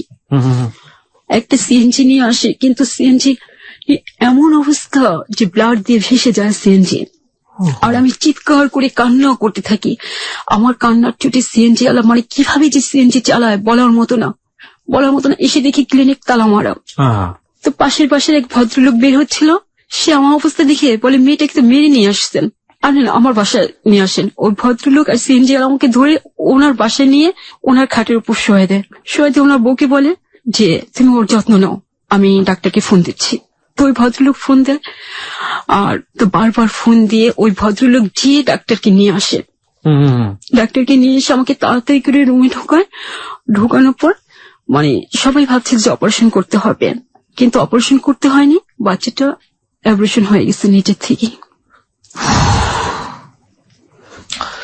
প্রিয় শ্রোতা, আমি আবারও বলছি আপনাদেরকে, আজকের যে জীবনের গল্প প্রচার হচ্ছে, আমি সবাইকে স্পেশালি একটা রিকোয়েস্ট করেছি আজকের এই জীবনের গল্পে। আজকের এই জীবনের গল্পটি ধৈর্য ধরে আপনারা শেষ পর্যন্ত শুনবেন। আমি বহুত জীবনের গল্প শুনেছি, বহু। আপনারা হয়তো 160টা 70টা শুনেছেন, আমি কয়েক হাজার শুনেছি, তার মধ্যে থেকে 160টা 70টা আপনারা হয়তো শুনেছেন। কোন জীবনের গল্প আমাকে হাসিয়েছে, কোন জীবনের গল্প আমাকে কাঁদিয়েছে, কোন জীবনের গল্প আমি ঘুমোতে পারিনি, কিন্তু আজকের এই জীবনের গল্পটি আমি জীবনে কোনোদিন ভুলবো না। চাই যেখানটাতে আমরা ছিলাম রোমানা, এবং ফেসবুকে হাজার হাজার মানুষ কানেক্ট হয়েছে আজকে আপনার জন্য, আপনার জীবনের গল্পের জন্য। সারাদিন রোজা রাখার পরে অনেকেই কষ্ট করে শুনছেন, সে ধরনের কথা আমরা ফেসবুকে পাচ্ছি। চলুন আবারও আপনার সেই গল্প থেকে ফিরি। হ্যাঁ, আপনি বাচ্চাটা অ্যাবর্ট হয়ে গেল। হ্যাঁ, বাচ্চাটা ছেলে ছিল, 4 মাসে বাচ্চাটা পূর্ণ হয়ে গিয়েছিল, 5 মাস পড়েছে, সে অপারেশন হয়ে গেছে। তো আমার খুব খারাপ লাগলো, কিন্তু সে মুহূর্তে আমি বুঝতে পারছিলাম না আমার অনুভূতিটা কি, আমি জীবনে কি হারালাম। আমার এটা বোঝার মতো তেমন একটা আমার সেন্স ছিল না, শুধু আমার শারীরিক কষ্টটাই আমাকে কষ্ট দিচ্ছিল। তো আমার হাজবেন্ডকে আমার ছোট ভাই খুঁজে বের করছে, ওর ঠিকানায় গিয়ে ও আসছে ওর ফ্রেন্ডকে নিয়ে। তখনও বাচ্চাটা মানে একটা ট্রেতে রাখা ছিল, ঢাকা হয়নি। তো বাচ্চাটাকে দেখে ওর ফ্রেন্ডটা বললো যে আয়াকে বললো বাচ্চাটা সরিয়ে ফেলেন ওর কাছ থেকে। তো আমাকে মালিক বলতেছে মাথায় হাত দিয়ে যে তুমি এদিকে মন দিও না, এসব নিয়ে কিছু ভেবো না, তুমি যা হবার হয়েছে। তো আমি কিছু পড়লাম না, শুধু আমার চোখ থেকে পানি পড়লো। তার পরের দিন সকালে আমাকে ওখান থেকে নিয়ে আসা হলো, কিন্তু ডক্টর বলল যে ওর যে অবস্থা, এই অবস্থাতে আগামী 5 বছরের মধ্যে কোনো বাচ্চা নেওয়া যাবে না। ওকে। প্লাস 3 মাসের মধ্যে আপনি ওর সাথে শারীরিক সম্পর্ক করবেন না। আপনার হাজবেন্ড সেটা বললো? হ্যাঁ, আর আমার হাজবেন্ডের সাথে খুব রাগারাগি করলো সে। ডাক্তার কিছু কথা নিয়ে সে আমার শরীরে মারের চিহ্ন দেখেছে। এই পর্যায়ে সে আমাদের বাসায় আমাকে নিয়ে আসলো। সে বলল যে তুমি এখন থাকো, আমি যাই, আমার কিছু টাকা পয়সা দরকার আছে। আপনি কি আপনার বাসাতে এসে বলেছিলেন যে আপনার পেটের উপরে উঠে সে এরকম করেছে, লাথি দিয়েছে, এবং আপনার বলেননি? আপনি না, বলেনি। কেন বলেননি? বলতে ইচ্ছে করেনি। বলতে ইচ্ছে কেন করেনি? আপনার তো পরিবারই আপনার আশ্রয়, কোন উদ্দেশ্য কি ছিল? হয়তো সম্পর্কটা শেষ হয়ে যাবে, মানে হাজবেন্ডের সাথে আপনার সম্পর্ক শেষ হয়ে যাবে, আপনার ফ্যামিলি থেকে ডিভোর্স করিয়ে দেবে। আপনি চাননি ডিভোর্সটা হোক? না, আমি চাইনি, যেহেতু বিয়ে হয়ে গেছে। ওকে, ফাইন। হার্ডেস্ট রিয়েলিটি শ্রোতা, এবং আজকের এই জীবনের গল্প আজকে কোথায় গিয়ে দাঁড়াবে, আমি এই জীবনের গল্পের যে ভিডিওটি আমি পোস্ট করব, সেই ভিডিওটি আমি ধারণ করেছিলাম 1 সপ্তাহ আগে। এই ভিডিওটি আমি বহুবার ব্যক্তিগতভাবে দেখেছি। আমি এক্সপ্রেস করতে পারছি না আসলে আমার অনুভূতিটা কি হচ্ছে, বা আমি কি করা উচিত, আমার কি বলা উচিত এই ভিডিওটা দেখার পরে। আমি সবাইকে আজকে বলছি যে প্লিজ লিসেন এন্ড প্রিপেয়ার থাকেন এই ভিডিওটা দেখার জন্য। বলুন তারপর। এভাবে চললো, কিন্তু মালিক আমার সাথে এরকম ভাব দেখাতো যেন বাচ্চাটার জন্য সে পাগল হয়ে গেছে। বাচ্চাটা অপারেশন হয়ে যাওয়াতে সে খুব সিক মানসিক ভাবে, এরকম ভাব দেখাতো আমার বাচ্চা চাই, আমার বাচ্চাটা কেন অপারেশন হয়ে গেল, এরকম বলতো। তো বলতো না, আমার খুব খারাপ লাগতো, তখন নিজেকে অপরাধী মনে হতো। যে বাচ্চাটা অ্যাবর্শন হয়ে গেল, বাচ্চাটা থাকলে ভালো হতো। তো এই পর্যায়ে যে জাস্ট 31 থেকে 35 দিন হবে সে আমার সাথে শারীরিকভাবে রিলেশন করে, মানে শারীরিক সম্পর্ক করে আবার। হ্যাঁ, 1 মাসের মাথায়। 1 মাসের মাথায় তখন আবার কনসিভ করছে। এই সময়টা তো আপনারা কোনো ধরনের কোনো কন্ট্রাসেপটিভ বা কোনো ধরনের কোনো প্রিকশন মেথড কোনো কিছু নেননি? আমি কিভাবে নেব যদি সে না চায়? সে না চায়। ওকে। তো সম্পর্ক করার পর বেশ কিছুদিন যাওয়ার পর আমি বুঝতে পারি আমার শরীরের অনুভূতি গুলা। এখন তো আপনি বোঝাটা স্বাভাবিক, কারণ আপনার এক্সপেরিয়েন্স হয়েছে। হ্যাঁ, আপনি বুঝতে পারছেন যে আবারও বেবি আসছে। তো আমি ওনাকে বলি যেটা তো ঠিক হয়নি, এখন আমাকে ডাক্তার কাছে নিতে হবে। তো আমাকে ডাক্তার কাছে নিয়ে যায় সে। ওকে, ওই ডাক্তারের কাছে না, অন্য ডাক্তারের কাছে। ডাক্তার। স্বাভাবিকভাবেই আমি মালিককে যতটুকু বুঝেছি তাতে আমার এই প্রশ্নটা না করেই বোঝা হয়ে গেছে যে সেই ডাক্তারের কাছে তাকে নিবে না, কারণ এই ডাক্তারের কাছে নিলে তার তো প্রচন্ড গালমন্দ শুনতে হবে। বুঝতেই পারছেন কি ট্রিটমেন্ট সে ওখান থেকে পাবে। অন্য ডাক্তারের কাছে নিয়েছে। অন্য ডাক্তারের কাছে নিয়েছে, সে আমাকে কিছু টেস্ট দিল, কনসিভ করেছে। ডাক্তার কি বললো ওই সময়টা? ডাক্তার কি আপনার হিস্ট্রিটা জানতো? ডাক্তারকে ওভাবে বলিনি, শুধু অ্যাবর্শন হয়ে গেছে বাচ্চাটা এটা বলেছিলেন। এটা বলা হচ্ছে। আগের ডাক্তার যে আপনাদেরকে বলেছিল যে আগামী 5 বছর বেবি নিতে পারবেন না, 3 মাসের মধ্যে, এগুলো কিছু বলেন? মানে আপনারা প্রি মেডিক হিস্ট্রি বলতে যেটা বোঝায় সেটা কিছু বলেন, ডাক্তার গোপন করেছে। গোপন করা হয়েছে। Very important point. ওকে, বলেন। তারপর ডাক্তার কিছু দিল যে এইভাবে তাকে রাখতে হবে, যেহেতু একটা বাচ্চা অ্যাবর্শন হয়ে গেছে, দ্বিতীয়বার যেন না হয়। তো এভাবে গেল বেশ 4 মাস, ভালোই গেল। কিন্তু 4 মাস পরে আবার যেন কি হলো, ওরকম ভাবে একটা ঝগড়া হলো রাত্রে। আচ্ছা, যে প্রথম যে বাচ্চাটা ঝগড়া হয়েছিল এভাবে মারামারি হলো, আবার রিপিট। ওকে, রিপিট হওয়ার পর সেইভাবেই সে মারধর করলো। আবারও কি সে পেটের উপর এভাবে লাথি দিয়েছে? পেটের উপর লাথি দেয়নি, সে আমাকে ধাক্কা দিয়ে ফেলে দিয়েছিল খাটের উপর। ওকে। তখন আলমারির উপর একটা স্পিকার ছিল, সেটা আমার উপর পড়ার কথা ছিল, সেটা আমার উপর না পড়ে ওর উপর পড়েছে। ওর উপর পড়ে ওর এখানে ফেটে কান দিয়ে রক্ত পড়ছে তখন। ওকে। তো এই ঘটনাকে কেন্দ্র করে সে আবার চলে আসলো তাদের বাসায়, আর আমাকে যে 2-3 বার ধাক্কা দিয়েছে, এটাতেই মানে বাচ্চাটা আবার সে একইভাবে অ্যাবর্শন হয়ে যায়। Second time abortion. কিন্তু এই বাচ্চাটা যেদিন অ্যাবর্শন হয় সেদিনকার ঘটনাটা ছিল ভয়াবহ। হঠাৎ করে আমি ঘুমিয়ে আছি, রাত 12টার সময় আমি একটা স্বপ্ন দেখলাম যে আমাকে একটা হুজুর বলছে, তোমার সর্বনাশ হয়ে গেছে, তুমি এখনো ঘুমাচ্ছ কেন, তোমার উপর প্রেতাত্মা চালান করা হয়েছে। ওকে। তো আমি ঘুম থেকে উঠি না, ভয়ে আমার সারা শরীরের পশমগুলো দাঁড়িয়ে গেছে। এর আগে আরো কয়েকদিন আমি স্বপ্নে দেখেছি ওর মা ভাই লাল কাপড় পরা থাকে সাধুর মতো, ওরা আমার মাথার উপর হাত রেখে কি কি করতেছে, ধূপ জ্বালাচ্ছে না কি করছে, এরকম আর অনেকদিন দেখেছিলাম। ওকে। তো সেদিন যখন দেখলাম রাত 12টার সময়, আমি লাফ দিয়ে উঠে আমি বাথরুমে গেলাম। গিয়ে আমি উঁচু করে মাত্র জায়নামাজে দাঁড়িয়ে আর সারতে পারিনি, প্রচন্ড ব্যথা হচ্ছে, আমার ব্যথা হচ্ছে। আপনি নামাজ পড়তেন? হ্যাঁ, আমি ছোটবেলা থেকেই নামাজ পড়তাম। যখন আমি ক্লাস 2তে পড়ি তখন আমি কোরআন মজিদ খতম করি। আর গভীর রাত্রি আমি নামাজ পড়তাম, তাহাজ্জুদের নামাজ পড়তেন। সুবহানাল্লাহ। আপনি যেটা বলছিলেন যে হ্যাঁ নামাজের পাটিতে দাঁড়িয়ে আছেন, দাঁড়িয়ে আমি নামাজে আর পড়তে পারি না, নামাজটা পা আমার ব্লাড করতেছে, আমি চিৎকার করতে থাকি, কান্না করতে থাকি, এমন চিৎকার যে আমি সহ্য করতে পারি না। তো আমার চিৎকারে সবাই উঠে যায় ঘরের, মানে দিশে হারা হয়ে যায়, এত রাত্রে কি করবে, সেই কোনাপাড়া থেকে তো ঢাকায় আনাও সম্ভব না আমাকে। তো আমার পাশের ফ্ল্যাটে যারা থাকতো, ওই খালাম্মার হাজবেন্ড ছিল ডাক্তার, ওনার মেয়েও ছিল ডাক্তার। তো আমার মা ওদের দরজা নক করতে থাকে। তারপর ওই আঙ্কেল এসে আমাকে দেখে, উনি বাইরে গিয়ে বলে আম্মাকে বাচ্চার অপারেশন হয়ে যাবে, ওকে যত তাড়াতাড়ি সম্ভব মেডিকেলে রেফার করা উচিত, আর আমি ডেলিভারি কেস করি না। ওকে। আমার মা এরা সবাই আমাকে বলে যে নিয়ে যাই হাসপাতালে। আমি চিৎকার করতেছি, কান্নাকাটি করতেছি যে আমি কোথাও যাব না, আমার পক্ষে কোথাও যাওয়া সম্ভব না। কেন বলছিলেন এটা? কেন আমার এত ব্যথা হচ্ছে, এত যন্ত্রণা হচ্ছে, আমার মনে হচ্ছে না যে আমি গাড়িতে উঠতে পারবো বা বের হতে পারবো। তো আমার আব্বার যে ফ্রেন্ডের মহিলাটা ছিল ধাত্রী, তার ওয়াইফ, সেও আসছে, এসে সে বলতেছে এটা কেমন কথা, 4 মাস হয়নি, মাত্র 4 মাস হয়েছে একটা বাচ্চা অপারেশন হয়েছে, এর মধ্যে আবার আরেকটা বাচ্চা কি করে আসছে। শুনেই তো আমি হতভঙ্গ হয়ে গেছি। তারপর উনি এক হুজুরের কাছে গেছে, হুজুর বলছে দেখেন আল্লাহর উপরে তো কিছু নেই, সব আল্লাহর উপর ভরসা, তবে আমি পানিটা পরে দিচ্ছি, যদি বাচ্চা উল্টো হয়ে থাকে বাচ্চা সোজা হয়ে যাবে, আর যদি বাচ্চা অপারেশন হবার হয় হয়ে যাবে, এই বাচ্চা যদি না থাকার হয় থাকবে না। ওকে। তো আমাকে সেই পানিটা এনে খাওয়ালো, আমার যাচ্ছে না, পানিটা কোন রকম আমার মুখে 3 চামচ পানি দিচ্ছে। তো কিছুক্ষণ পর বাচ্চাটা অপারেশন হয়ে যায়, কিন্তু বাচ্চাটা জীবিত ছিল। আর এই বাচ্চাটা একটা মেয়ে ছিল, মানে পুতুলের মতো সুন্দর ছিল, মানে যারা দেখছে সবাই এখন পর্যন্ত। জীবিত ছিল মানে কতক্ষণ জীবিত ছিল? 2 মিনিট।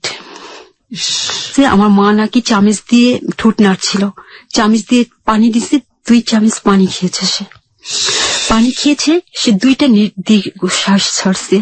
আর সবচেয়ে বড় কথা, আগের বাচ্চাটা যখন অপারেশন হয় তখন তার সারা শরীর নয়, তার মাথাটা ছিল জখম, আর এই বাচ্চাটা হয়েছিল পায়ে। আবার আমার ভাই এরা খুঁজে মালিককে নিয়ে যায়, নিয়ে যাওয়ার পর ও আসছে, বাচ্চাটাকে দেখে ও সন্দেহ করতেছে বাচ্চাটা আমি অপারেশন করে ফেলছি। ও এরকম বলতেছে, ও বলতেছে বাচ্চাটাকে দিয়ে দেন, আমি কি ডাক্তারি পরীক্ষা করব। পুরুষ জাতির কলঙ্ক ছাড়া কিছু বলার নেই। এবং ওকে, আমি আবারও বলছি যে আজকের এই স্টোরিটা সবাইকে আমি রিকোয়েস্ট করছি, please listen this story, last পর্যন্ত শুনবেন, সবার কাছে আমার রিকোয়েস্ট। আমি এখানে পাশবিকতার বর্ণনার কোনো ইন্টেনশন আপনাকে শুনতে বলছি না, আমি শুনতে বলছি বিশেষ একটা কারণে, সেই কারণটা এখন পর্যন্ত আসেনি এই গল্পে। আপনি চিন্তা করতে পারবেন না যে আজকের এই ক্লোজ আপ প্রেজেন্স হ্যালো 8920 আপনাকে কোন সেন্সের কাছে দাঁড় করিয়ে দেবে। এবং একটি বিশেষ ভিডিও আমরা পোস্ট করতে চাই আমাদের ফেসবুক পেজে, প্লিজ একটু কষ্ট করে জেগে থাকুন। শুধু আপনি না, আপনাকে বলবো আজ হ্যালো 8920 টিম মেম্বার হিসেবে আপনি আরো 10 জনকে বলুন যে আজকের এই গল্প যেন তারা অবশ্যই শোনে। হ্যাঁ বলুন। তারপরে তো মালিক আমার সাথে খুব খারাপ ব্যবহার করে, আবার খারাপ ব্যবহার করে। ওর ধারণা আমি অপারেশন করে ফেলছি, বাচ্চাটা আমি ঘর করতে চাই না, তাই ও অনেক দোষারোপ করতেছে, আমাকে বলতেছে তুমি আগে সুস্থ হও, তোমার সাথে তারপর আমার বোঝাপড়া আছে। কিন্তু এর মধ্যে আমি মানে অ্যাবনর্মালে চলে যাই, মানসিকভাবে অ্যাবনর্মাল হয়ে গেছে। এত সুন্দর একটা বেবি কেন এভাবে চলে যাবে, আমাকে শুধু এই জিনিসটা পীড়া দিচ্ছিল। তারপর এই ঘটনা নিয়ে মালিক আমার সাথে অনেক দিন পর্যন্ত খারাপ ব্যবহার করলো, অনেক দিন, প্রায় ওর সাথে আমার 7 থেকে 8 মাস পর্যন্ত কোনো সম্পর্কই ছিল না, যোগাযোগই ছিল না। তারপর আবার আমার সাথে যোগাযোগ করে, আমাদের বাসায় আসে। তো আমাকে অনেকেই বলে যে মানুষ একবার না 7 বার দেখে, মানুষ একদিন খারাপ থাকে আরেকদিন ভালো হয়, ভালো হতেও তো পারে। এই কথা চিন্তা ভাবনা করেই তাকে আবার গ্রহণ করা হয়, সে আমাদের বাসায় থাকে, আমাদের বাসায় আসে। এভাবে আমি আবার কনসেপ্ট করি। আবার কনসেপ্ট করে ফেলেন? হ্যাঁ। কয় মাসের মধ্যে? 1 বছরের মধ্যে। এবার একটা বড় গ্যাপ নেন আপনারা, যদিও প্রথম গ্যাপে 5 বছরের গ্যাপ নেওয়ার কথা ছিল। ওকে। এবার ডাক্তার জামিলিবাগ পাঠান, জি, প্রফেসর আনোয়ারের কাছে। অনেকে আগে প্রেসক্রিপশন গুলো দেখানোর পর উনি বলে যে আমি কি করব, এটা কি করেছে, এর শরীরে 1 ছিটা রক্ত নেই, ক্যালসিয়াম নেই, একে আমি কি করে বাঁচাবো এই বেবিটাকে? হ্যাঁ। ওকে। আমার কথা বলছে, মানে আপনাকে কিভাবে বাঁচাবে, তার মধ্যে আবার কনসেপ্ট করে বসে আছে। জি।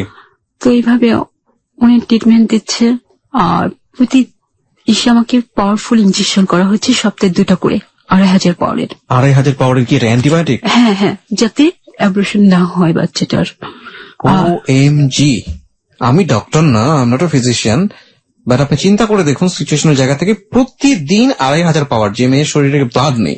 ওকে। তারপর স্লাইন চলতো, খাবার দাবারটা টোটাল বন্ধ, কিছুই খেতে পারতাম না। এইভাবে 7 মাসের মতো গেল। এর মধ্যে আবার মালিকের চরিত্রগুলো আমার কাছে ধরা পড়ে গেছে। ও যে কোনো মেয়ের সাথে যখন তখন চলে যায়, কখনো চিটাগাং, কখনো মাধবকুণ্ড, এরকম চলে যাচ্ছে। তো আমি বললে আমার সাথে ঝগড়া লাগে, কিন্তু এই বাচ্চাটা টিকানোর জন্য ও চেষ্টা করেছে অনেক। এই 7 মাসের পর্যায়ে এসে সে একদিন বলতেছে যে আমি চিটাগাং যাচ্ছি, ওকে, কক্সবাজার। তো কেন?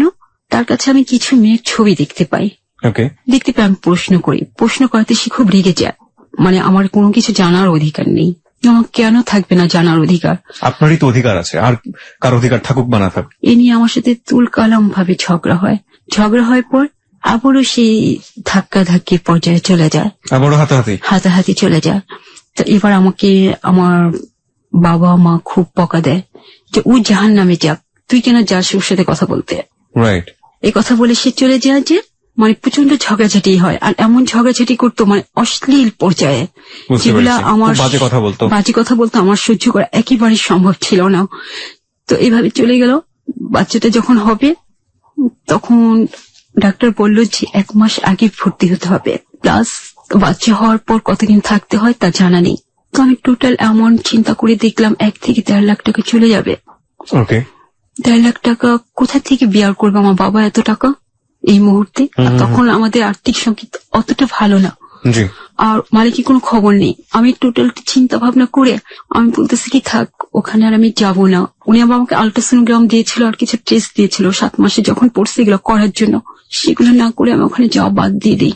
তারপর আমার মা কার সাথে যেন কথা বলে, আমার সম্ভবত বড় চাচির সাথে। বড় চাচির বাসায় একটা নার্স থাকতো, বাংলা বাজার যে মাতৃসদনটা আছে না, ওখানে কাজ করতো। তখন ওই জায়গাটা তো ডেভেলপ ছিল না, খুব ন্যূনত মানের ছিল। তো উনি আমার চাচিকে বলে যে ওকে এখানে নিয়ে আসেন, যদি নর্মাল ভাবে হয়ে যায় তো হয়েই গেল, টাকা পয়সা তেমন একটা খরচ হবে না, আর যদি আমরা দেখি সিচুয়েশন খারাপ তো আমরা রেফার করবো। ওকে, এই কথা বলে আমাকে নিয়ে যাও ওখানে। কিন্তু আমার ডেট ছিল ভুল, ডেট 1 মাস আগে ভুল দিয়ে ফেলছিল। সেই তারিখ অনুযায়ী আমি ওখানে যাই, 4 দিন কেটে যায়, কোনো হচ্ছে না। কিন্তু আমার অবস্থা খুবই খারাপ হচ্ছে, আমার পেন হচ্ছে আর ব্লিডিং হচ্ছে, শুধু ব্লিডিং হচ্ছে। এভাবে 4টা দিন ওরা আমাকে নর্মাল ভাবে হওয়ানোর জন্য যে স্লাইন দেওয়া হয়, সে স্লাইন দিচ্ছে, স্লাইন অফ হয়ে যাচ্ছে, স্লাইনের ভিতরে রক্ত এসে ভরে যাচ্ছে, স্লাইন টানছে না। ইঞ্জেকশন করছে, ইঞ্জেকশন হচ্ছে না, মানে সব অফ হয়ে যাচ্ছে। 4 দিনের মাথায় সেদিন আমার বড় চাচা সেদিন গেছে, যাওয়ার পর উনি আমার অবস্থা দেখে উনি আমাকে ঢাকা ন্যাশনাল হসপিটাল নিয়ে আসে। তো আমাকে যখন রুমে নিয়ে গেল, সিটে নিয়ে গেল, আমার এত পেন হচ্ছে যে আমাকে নার্স বলতেছে শুয়ে থাকতে, আমি পারতেছি না, আমি বসে চিৎকার করতেছি, হইচই করতেছি। তারপরে আমি বললাম যে আপা প্লিজ আপনারা একটা ইঞ্জেকশন দেন, ব্যথাটা যেন কমে যায়। আমি এভাবে অনুরোধ করতেছি, সহ্য করতে। তখন বলে পেটের বাচ্চা যদি পেটে রাখতে চান তাহলে আমরা ইঞ্জেকশন দিই, ব্যথা কমে যায়। এই কথা বলাতে আমি চুপ হয়ে যাই, আমি কিছু বলতে পারি না। তো এইভাবে করতে করতে ওরা আমার রিপোর্ট গুলো, একটা ভুল করা হয়েছিল যে আমার যে রিপোর্ট গুলো ছিল, প্রেসক্রিপশন গুলো ছিল, সেগুলো ওদের দেখানো হয়নি। এগুলা বলছে ওই যে নার্সটা ছিল যে বাংলা বাজার হাসপাতালে, উনি বলছে এগুলো যদি দেখান তাহলে ওরা করবে না, ওকে ভর্তি নেবে না, তখন আরো সমস্যা হবে, কেন সিরিয়াস রোগী ও। তো ওই কাগজগুলো না দেখাতে ওরা বুঝতে পারেনি যে আমি কতটা ঝুঁকিপূর্ণ অবস্থা আছি। ওরা ভাবছে কি নর্মাল হবে, হওয়ার চেষ্টা করি, না হলে সিজারিং করবো এরকম। তো ওরা নর্মাল হওয়ার মতো ওরাও আবার চেষ্টা করে, স্লাইন টেলাইন সবকিছু একটা পর একটা ওষুধ টষুধ লিখে দিচ্ছে, এই করছে। তো এইভাবে 1 রাত্রের মধ্যে 21,000 টাকার মতো ওষুধপত্র লেগে গেল, সবকিছু ডাবল 4 গুণ করে লিখে দিচ্ছে, কাগজ লিখে দিচ্ছে। আমার ভাই আমার চাচা যে নিয়ে আসতেছে, তো হচ্ছে না, আমার অবস্থা মরা যায়, এরকম ব্লিডিং হচ্ছে। শেষ পর্যন্ত ওরা আমাকে আমার অনুমতি না নিয়ে, আমারও ধারণা ছিল যে নর্মাল না হলে তো ওরা সিজারিং করবে, কিন্তু ওরা সেটা না করে ওরা বাচ্চাটাকে যন্ত্রের সাহায্যে টেনে আনতে চাইছে। আচ্ছা, তখন এই মাথার খুলিগুলো পুরো ভেঙে ফেলছে বেবির। হ্যাঁ বেবির, আর এই বাম চোখটা বের করে ফেলছে, পুরো চোখটা বের হয়ে এখানে ঝুলে গেছে। আর ওর চুলগুলোতে ছিল কুকড়ানো। তখন বাচ্চাটা যখন হয়েছে ওর সিমটম ছিল, মানে সাইড ইফেক্ট করছিল মেডিসিনের কারণে, হাত পায়ের ফিঙ্গার গুলো জয়েন হয়ে গেছিল, জোড়া লাগানো ছিল। মানে ফিঙ্গার গুলোর মধ্যে আমরা যেটা 4টা করে আঙ্গুল পুরো ডিফারেন্ট থাকে সেরকম, সেটা না, জোড়া ছিল। দুটো পায়ের ক্ষেত্রেও জোড়া ছিল, হাতের ক্ষেত্রেও জোড়া ছিল। কি মানে আপনার যে 2500 পাওয়ারের ইনজেকশন, সেটা সাইড ইফেক্ট। এটা কি আপনার কোনোভাবেই যখন আল্ট্রাসোনোগ্রাম করে তখন ধরা পড়েনি? না, ধরা পড়েনি। তারপর যখন এইভাবে বাচ্চাটাকে টেনে আনতে, আল্ট্রাসোনোগ্রাম কি করিয়েছিলেন বেবি পেটে থাকা অবস্থায়? 3 মাসে করেছিলাম। 3 মাসের পরে আর করেননি? This is a big mistake again. Okay, বলুন তারপর। চোখটা বের হয়ে গেছে, বেবিটাকে তো আমরা টেনেই বের করেছে, এবং কোনো ডাক্তার ছিল না, আয়ার এই কাজটা করেছে, নার্স করেছে। আমি চিৎকার করছি যখন, তখন অপারেশন করেছে। মানে এমন ভাবে কাটছে যে কি বলবো, এরকম 2 বালতি ব্লিডিং হয়েছে। মানে ওরা থামাতে চাচ্ছে ব্লাড, কিন্তু থামছে না, ওরা সেলাই করতে পারছে না। বাচ্চা হয়েছে রাত 4:15-তে, আর সেই অপারেশন শেষ হয়েছে 8:35-এ। শরীরে তো ব্লাড থাকার কথা না আপনার, তাইলে? হ্যাঁ, আমার হাড়েও ব্লাড ছিল না। আমি অপারেশন টেবিল থেকে পড়ে যাই, যদি আমাকে তখন না ধরে ফেলতে পারে আমি সাথে সাথে মারা যেতাম। টেবিল থেকে আমার খিচুড়ি হয়ে পড়ে গেছিলাম, কিন্তু ওরা আমার বাচ্চাটাকে নিয়ে তখন কোনো কেয়ার করেনি। তো আমি একবার বাচ্চাটার কান্না শুনেছি, আপনার হাজবেন্ড সেখানে ছিল না? কেউ ছিল না। আর আমি যখন নাকি বাচ্চাটাকে এইভাবে টেনে হেসে বের করতে চাই, তখন আমি চিৎকার করে আমাকে নার্স একটা করে থাপ্পড় দেয়। মানে আমার গার্ডিয়ান কেউ ছিল না আমার সাথে তখন সেই মুহূর্তে। বলুন তারপর কি হলো? তারপর এরকম চিৎকার করছে, আমাকে মারছে আর সেলাই করছে একটা করে। তো আমার মা সহ্য করতে না পেরে আমার মা নার্সকে অভিশাপ দেয় যে তুই একদিন ধ্বংস হয়ে যাবে, তোকে এই যন্ত্রণা ভোগ করতে হবে। তারপর আমার বাচ্চাটার কান্না শুনে আমার বাচ্চাটাকে তখন অক্সিজেন দিয়ে রাখা হয়েছিল, 5 ঘন্টা অক্সিজেন। তারপর আমি বললাম আমার বেবি কোথায়? আমাকে তখন একজন ডাক্তার আসে, জুনিয়র ডাক্তার। সে বলে আপনি আপনার কথা চিন্তা করেন, আমি আমার বেবি কিছু হলে আমি কাউকে ক্ষমা করব না। ক্ষমা করবো না বলাতে ওরা খুব সিরিয়াসলি বাচ্চা নিয়ে খুব তোড়জোড় শুরু করে। এভাবে আমাকে সকাল 8:30টার সময় আমার বেডে নিয়ে আসে, ট্রলিতে করে নিয়ে আসে। পর আমার খুব অবস্থা খুবই খারাপ থাকে তখন।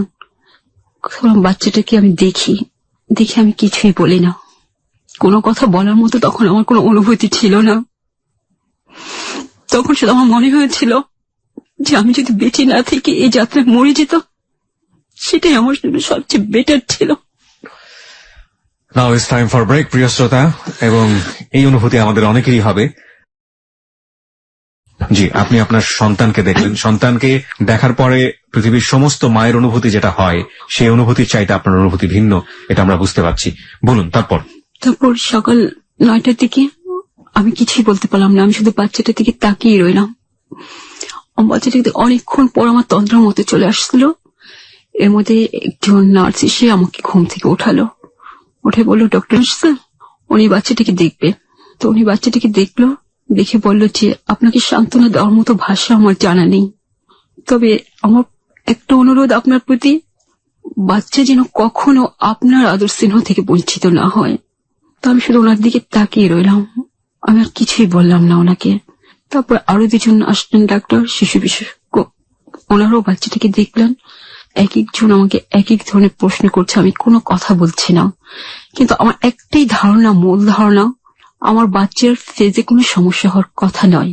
এটা যে হবার দোষী হয়েছে তা আমি বুঝতে পারছি। ওকে যদি এভাবে টানা হিসেবে করে পৃথিবীতে নামতে চাইতো যন্ত্রের সাহায্যে, ওর এরকম ক্ষতি হতো না। তো আমি কিছুই বললাম না। 4 দিন পর আমি নিজেই অনুরোধ করে ওদের কাছ থেকে নাম কেটে আমি চলে আসলাম বাসায় আসার পর।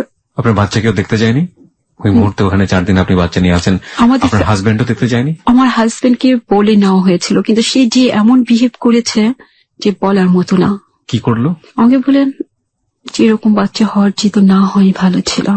সেটার জন্য আপনার দোষ কোথায়? সে বলতেছে আমার ত্রুটির কারণে এমন হয়েছে। আপনার কিসের ত্রুটি? আপনি তাকে জিজ্ঞেস করেননি? আমার 2 বার বাচ্চা অ্যাবর্শন হয়েছে, নিশ্চয়ই আমার কোনো ত্রুটি আছে।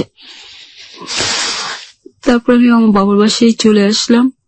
চলে আসার পর বাচ্চাটাকে নিয়ে অনেক ধরনের কথা, অনেক কিছু আমাকে কি বলছিল আমাকে একটু বলেন। আমরা এখনো কনফিউজ, বাচ্চাটার কি হয়েছে, বাট আমি এনভায়রনমেন্টটা বোঝাচ্ছি। বাচ্চাটাকে I am going to upload a video very very soon, মানে আমার পেজটাতে, then you will be clear যে আসলে স্টোরিটা কোন দিকে যাচ্ছে। ওকে, হ্যাঁ বলুন তারপর। সবাই একই কথা বলেছে, এত কষ্ট করে এই বাচ্চা হওয়ার চেয়ে না হওয়াই ভালো ছিল। আর আমার যে বড় ভাবি, যে উচ্চ শিক্ষায় শিক্ষিত, আমাদের ফ্যামিলিতে সবচেয়ে বিসিএস ক্যাডার, ওকে, তো সে যেরকম কথাবার্তা বলেছে, তার যে হাসি মুখটা আমি দেখেছি, আমি জীবনে কখনো ভুলবো না। চিৎকারি করে পরে আমি 5 মাস পর্যন্ত দাঁড়াতে পারিনি। এই বাচ্চা হওয়ার যে অপারেশনের সেলাইগুলো আমার হয়েছে, সেগুলো এতই যন্ত্রণা দিচ্ছিল, এতই করছিল, আমি দাঁড়াতে পারতাম না, বসতে পারতাম না। আমি 5 মাস এভাবে ছি। 5 মাস পরে আমি বাচ্চাকে ফার্স্ট কোলে নেই। 5 মাস পরে আপনি ফার্স্ট কোলে নেন? আপনার কোলে নেওয়ার মতো অবস্থা ছিল না? অবস্থা ছিল না। My goodness. এই 5 মাস আমার মা সবকিছু করে আমার বাচ্চার জন্য। তারপর 5 মাস যখন বয়স, তখন আমি ওকে নিয়ে নানান জায়গায় গেলাম। এই সময়টা তো বাবা ওকে কোলে নেয়নি? না, 5 মাস পর থেকে ওর বাবা আবার আসা শুরু করলো। তার প্রতি তো আমার একটা ঘৃণা, একটা বিদ্বেষ জমা হয়ে আছে। আমি তার সাথে প্রয়োজন ছাড়া কোনো কথা বলতাম না। আর ওর সাথে কেন, সবার সাথে আমি কোনো কথাই বলতাম না। যখন আমাদের ঘরে কোনো মেহমান আসতো, কোনো আত্মীয় স্বজন আসতো, আমি আমার রুমে ঢুকে বাচ্চাটাকে নিয়ে আমি তার দরজা বন্ধ করে দিতাম ভেতর থেকে। বাচ্চাটাকে নিয়ে আপনি দরজা বন্ধ করে দিতেন? আমি কারোর সাথে আসতাম না, কথা বলতাম না।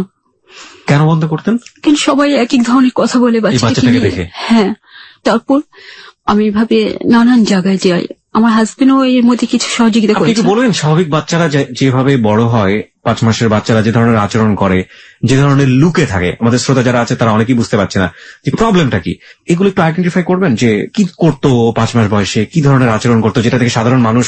হ্যাঁ, 5 মাস বয়স থেকে ওর একটা জিনিস ফলো করেছি, টিভির আচরণ শুনলে ও ফিরে তাকাতো টিভির দিকে। আচ্ছা। আর আমি তো ওকে পেটে নিয়ে সব সময় সূরা ইয়াসিন, কোরআন শরীফ পড়েছি, তো ওর দেখছি আল্লাহর কোনো শুনলে ও সেদিকে মনোযোগ দিত। আচ্ছা। আমি যখন ডক্টর এহসান মাহমুদকে দেখালাম, তখন উনি আমার মাথায় হাত রেখে বলল যে মামুনি, তোমার বাচ্চা এভরিথিং ওকে, ব্রেন এবং আইকিউ যথেষ্ট স্বচ্ছ, তবে ফিজিক্যালি কিছু সমস্যা আছে, এটা সারাতে সময় এবং টাকা দুটোরই দরকার। ওকে। ওর জন্য আমরা যথাসাধ্য চেষ্টা করব। ওরা আমাকে এভাবে সান্ত্বনা দিল। তারপর আমি ঢাকা শিশু হাসপাতালে ভর্তি হলাম, কাজী কামরুজ্জামান প্রফেসর, ওনার রেফারেন্সে উনি বাচ্চাটা দেখলাম। তো ওনার একজন জুনিয়র ছাত্রকে উনি বাচ্চাটার জন্য প্রেসক্রাইব করা হয়। তো উনি নিল, উনি আমাকে জায়গায় জায়গায় পাঠালো, মামুন ফেরদৌসের কাছে পাঠালো। মামুন ফেরদৌস দেখলেন, দেখে বললেন যে বাচ্চাটার অপারেশন করতে হবে 1 থেকে 2 বছরের মধ্যে। কিসে অপারেশন হবে? ওর মাথায় যে হাড়গুলো ভেঙে গেছিল সেখানে অপারেশন হবে। Plastic surgery. তো এটা যদি তুমি এর আগে করতে যাও তাহলে একটা বিরাট ভুল হয়ে যাবে আমার, আর এই ভুলটা মানে বাচ্চাটার বিরাট একটা ক্ষতি। আচ্ছা। তারপর আমি চলে আসলাম, ওনারা আমাকে প্রায় ডাকতো। তারপর ওই ডাক্তারের মাধ্যমেই নানান বাহির থেকে ডাক্তার আসলে সে আমাকে কল করতো, আমি বাচ্চা নিয়ে আসতাম, ওরা দেখতো, দেখার পর এক একজনে এটা নিয়ে রিসার্চ করতো, অনেক কিছু করতো। হ্যাঁ, বেবি ছবি টবি নিয়ে যেত, সবকিছু করে নিয়ে যেত ভিডিও করে। তারপর কানাডিয়ান ডাক্তার আসলো, সে আমাকে ওই মামুন স্যারের মধ্যে সান্ত্বনা দিল। আর বাচ্চাটার অপারেশন আমি করতে পারি, কিন্তু আমি করলে যতটা না ভালো হবে তার চেয়ে ভালো হবে অস্ট্রেলিয়ান সার্জন যদি করে। Australian surgeon? হ্যাঁ। তার বললাম ওনাকে আমি কোথায় পাবো? বলো ওনাকে আমি যোগাযোগ করব, 1 মাস পর উনি আসবে, তখন আপনি দেখা করবেন ওনার সাথে। কোন হাসপাতালে এটা? এটা ঢাকা মেডিকেল। ঢাকা মেডিকেলে। আচ্ছা। তো উনি 1 মাস পরে আসার পর আমার চাই উনি বাচ্চাটাকে দেখেন। আরো 2-3 দিন আমি আসলাম, কাগজপত্র কিছু দেওয়া হলো, কি করা হলো, উনি চলে গেলেন। চলে যাওয়ার পর আমাকে একদিন ডাক্তার ডেকে বলল যে বাচ্চাটার জন্য যদি আপনাকে বিদেশ যেতে হয় আপনি কি যাবেন? ওকে। আপনি কি পারবেন? তখন আমি বললাম ওকে সুস্থ করার জন্য যদি আমাকে চাঁদে যেতে হয় আমি চাঁদেও যাব, কিন্তু বাট প্রবলেম হচ্ছে আমার আর্থিক সংগতি এখন নেই। ইতিমধ্যে আমার 1 থেকে 1.5 লাখ টাকা খরচ হয়ে গেছে বাচ্চার পেছনে। আমি তখন ওর বয়স কত যখন আপনাকে বিদেশ যাওয়ার জন্য এই ধরনের কথা আসছে? 9 মাস। তখন বেবির বয়স 9 মাস। ওকে। আমাকে এই কথা বলার পরে তারপরে চেষ্টা করতে করতে মানে 1 বছর আমি ডাক্তারদের দুয়ারে দুয়ারে ভিখারিনী যেভাবে ঘুরে আমি এভাবে ঘুরেছি। অনেক ডাক্তার অনেক মন্তব্য করেছে, অনেকে বকা দিয়েছে, অনেক কিছু করেছে। পরিবারের লোকজন কি বলতো বেবিটা নিয়ে? পরিবারের লোকজন অনেক খারাপ কথা বলতো, বিশেষ করে আমার শাশুড়ি তো আমাকে ছেড়ে দিতেই বলছে যে আমার প্রবলেমের জন্য আমার সাথে ভূতের আসর আছে, জিনের আসর আছে, এর জন্য বাচ্চা এমন হচ্ছে, এই মেয়েকে নিয়ে ঘর করা যায় না, তুই অন্য জায়গায় বিয়ে কর। ওর ছেলেকে বলেছে? ওর ছেলেকে বলেছে। তো ওর ছেলেও মানে বাচ্চার কোনো খোঁজ খবর নেয় না, এই করে না সেই করে না। 9 মাস যখন বয়স, ওর 1 বছরের মতো দাঁড়িয়ে দাঁড়িয়ে ঘুরছেন, ওই সময়টাতে কি ও সাধারণ বাচ্চার মতো কথাবার্তা বলতে পারতো, চিল্লাচিল্লি করতে পারতো? হ্যাঁ। প্রিয় শ্রোতা, একটা জিনিস শুধুমাত্র এনশিওর থাকেন যে বেবি ফিজিক্যালি চ্যালেঞ্জড, যেটাকে আমরা বলি, বিভিন্নভাবে চ্যালেঞ্জড, আকার আকৃতির দিক থেকে, অ্যাক্টিভিটিস এর দিক থেকে, কিন্তু সম্ভাবনা শূন্য হয়ে যায়নি, সম্ভাবনা আছে। সেই সম্ভাবনাকে বাস্তবায়ন করার জন্য তার মা যা করা সেটা করছেন। ওকে। তারপর ডাক্তার হাসান সবকিছু রেডি করে আমাকে বললো যে এত তারিখে আপনার অস্ট্রেলিয়ার ফ্লাইট। অস্ট্রেলিয়াতে? এবং এটা সম্পূর্ণ ফ্রি? বাংলাদেশ সম্পূর্ণ ফ্রি? হ্যাঁ, বাংলাদেশ গভর্নমেন্ট না, এটা রোটারি অর্গানাইজেশনের পক্ষ থেকে এটা করা হয়েছে। অক্ষর করা হয়েছে, কিন্তু পাসপোর্ট সব আমাকে করতে হয়েছে। ওকে। তারপর আমি এভাবে অনেক যুদ্ধ করে গিয়েছি, আমার হাজবেন্ড তো আমাকে যেতেই দিবে না। তারপর আমি ওইখানে গেলাম, ট্রিটমেন্ট হলো। বাচ্চার যখন ফার্স্ট অপারেশন হয়, নন স্টপ 13 ঘন্টার অপারেশন ব্রেনে। হ্যাঁ, ব্রেনে। ওর পুরো খুলিটা ওরা আবার করে ফেলছে, মানে এটা কি বলে, মেশিনে গুঁড়ো করে ফেলছে হাড়গুলো। গুঁড়ো করে এগুলো ওরা ঢালাই করে চশমার কাচের মতো কেটে কেটে তারপর ওরা সেটিং করেছে এখানে। ওকে, আমি এগুলো বুঝবো না ডাক্তার, এটা বাট কিছু একটা হয়েছে যেটা ওর জন্য প্রয়োজনীয় ছিল। হ্যাঁ, চোখটা ঠিক। কত বছর বয়সে এটা হলো? এটা 13 মাস বয়সে। 13 মাস বয়সে হয়েছে। আচ্ছা। তারপর যখন ওর বাড়িতে রাখা হয়েছে তখন আমাকে বললো ডাক্তার যে আমরা খুব ওয়ারিতে আছি, ওর সেন্স কিরকম হয়। ও আপনাকে চিনতে পারে কিনা, আপনি ওকে কাছে জানতো দেখি। তো আমি যে তখন চোখ বন্ধ করে আছে, আমি শুধু বলছি প্রিয়াঙ্কা। আপনি নামটা কি আপনি রেখেছিলেন? হ্যাঁ, এটা আমি আগে থেকে ঠিক করে রেখেছিলেন, ওর নাম হবে প্রিয়াঙ্কা। প্রিয়াঙ্কা, ওকে, সাদিয়া জাহান প্রিয়াঙ্কা। ওকে। যখন আমি গেলাম, ওর নাম ধরে ডাকলাম প্রিয়াঙ্কা, ও শুধু আম্মু বলে আমার হাতটাই যে ধরলো, হাতটা আর ছাড়লো না। ওকে। তারপরে যতদিন হসপিটালে ছিলাম ওই একই অবস্থা করতো, আর ডাক্তার বলতো মম মেডিসিন, এরকম করে অপারেশন গুলো শেষ হলো। সেখানে অনেক বাদ প্রতিবন্ধিতা ছিল, অনেক কিছু আমাকে অতিক্রম করতে হয়েছে। আমার ইচ্ছে ছিল বাচ্চাটার সমস্ত সুস্থ অপারেশন গুলো আমি শেষ করে আসবো, কিন্তু মালিক এখান থেকে ইমেল করে ফ্যাক্স করে আমার নামে এমন কিছু পাঠাচ্ছিল যে সেখানে আর থাকা সম্ভব হয়নি। ও বলছিল যে আমার কোনো প্রবলেম নেই বাংলাদেশে, আমি যদি ওখানে নাগরিকতা চাই ওখানে যেন কিছুতেই আমাকে না দেয়। ও বাচ্চার জন্য এবং আমার জন্য অর্ধমত প্রায় এরকম করতে। আর আমি কখনো আমার ফ্যামিলির সম্বন্ধে মানে ব্যাড সাইড বলিনি, আমার বাবার বাড়িও না, আমার হাজবেন্ডের বাড়ি না। যখন আমার হাজবেন্ডের কথা জিজ্ঞেস করা হয়েছে, আপনি বলেছেন he is a good boy. হ্যাঁ, গুড বয়। তো আমাকে কোনো অভাব অনটন আছে কিনা আমি বলতাম না, সবসময় এগুলো হাইড করতাম। মানে আমার কারো কাছে ছোট হতে ইচ্ছে করতো না। আপনার হাজবেন্ড এগুলো মেইল টেল করে তারপরে কি হলো ওখানে? সেখানে আবার এক বাঙালি ফ্যামিলি, আমার পার্সোনাল চিঠি যায়, চিঠির মধ্যে আমার হাজবেন্ড আমাকে কি লেখে না লেখে সেগুলো ট্রান্সলেশন করে ওদেরকে বুঝাই দেয়। বুঝিয়ে তো ওরা আমাকে সন্দেহ করে। ওকে। সন্দেহ করার পর আমাকে হঠাৎ করে জিজ্ঞেস করে তোমার হাজবেন্ড কেমন। তো আমি তো সবসময় ভালো বলে আসছি, তো আমাকে হঠাৎ করে জিজ্ঞেস করে, তো আমার ভিতরে কেমন যেন একটু হয়ে আসে, কি ব্যাপার। তো আমি বলি যে সে এরকম অ্যাডিকটিভ, আর সে প্রায় আমার সাথে ফাইটিং এ যায়।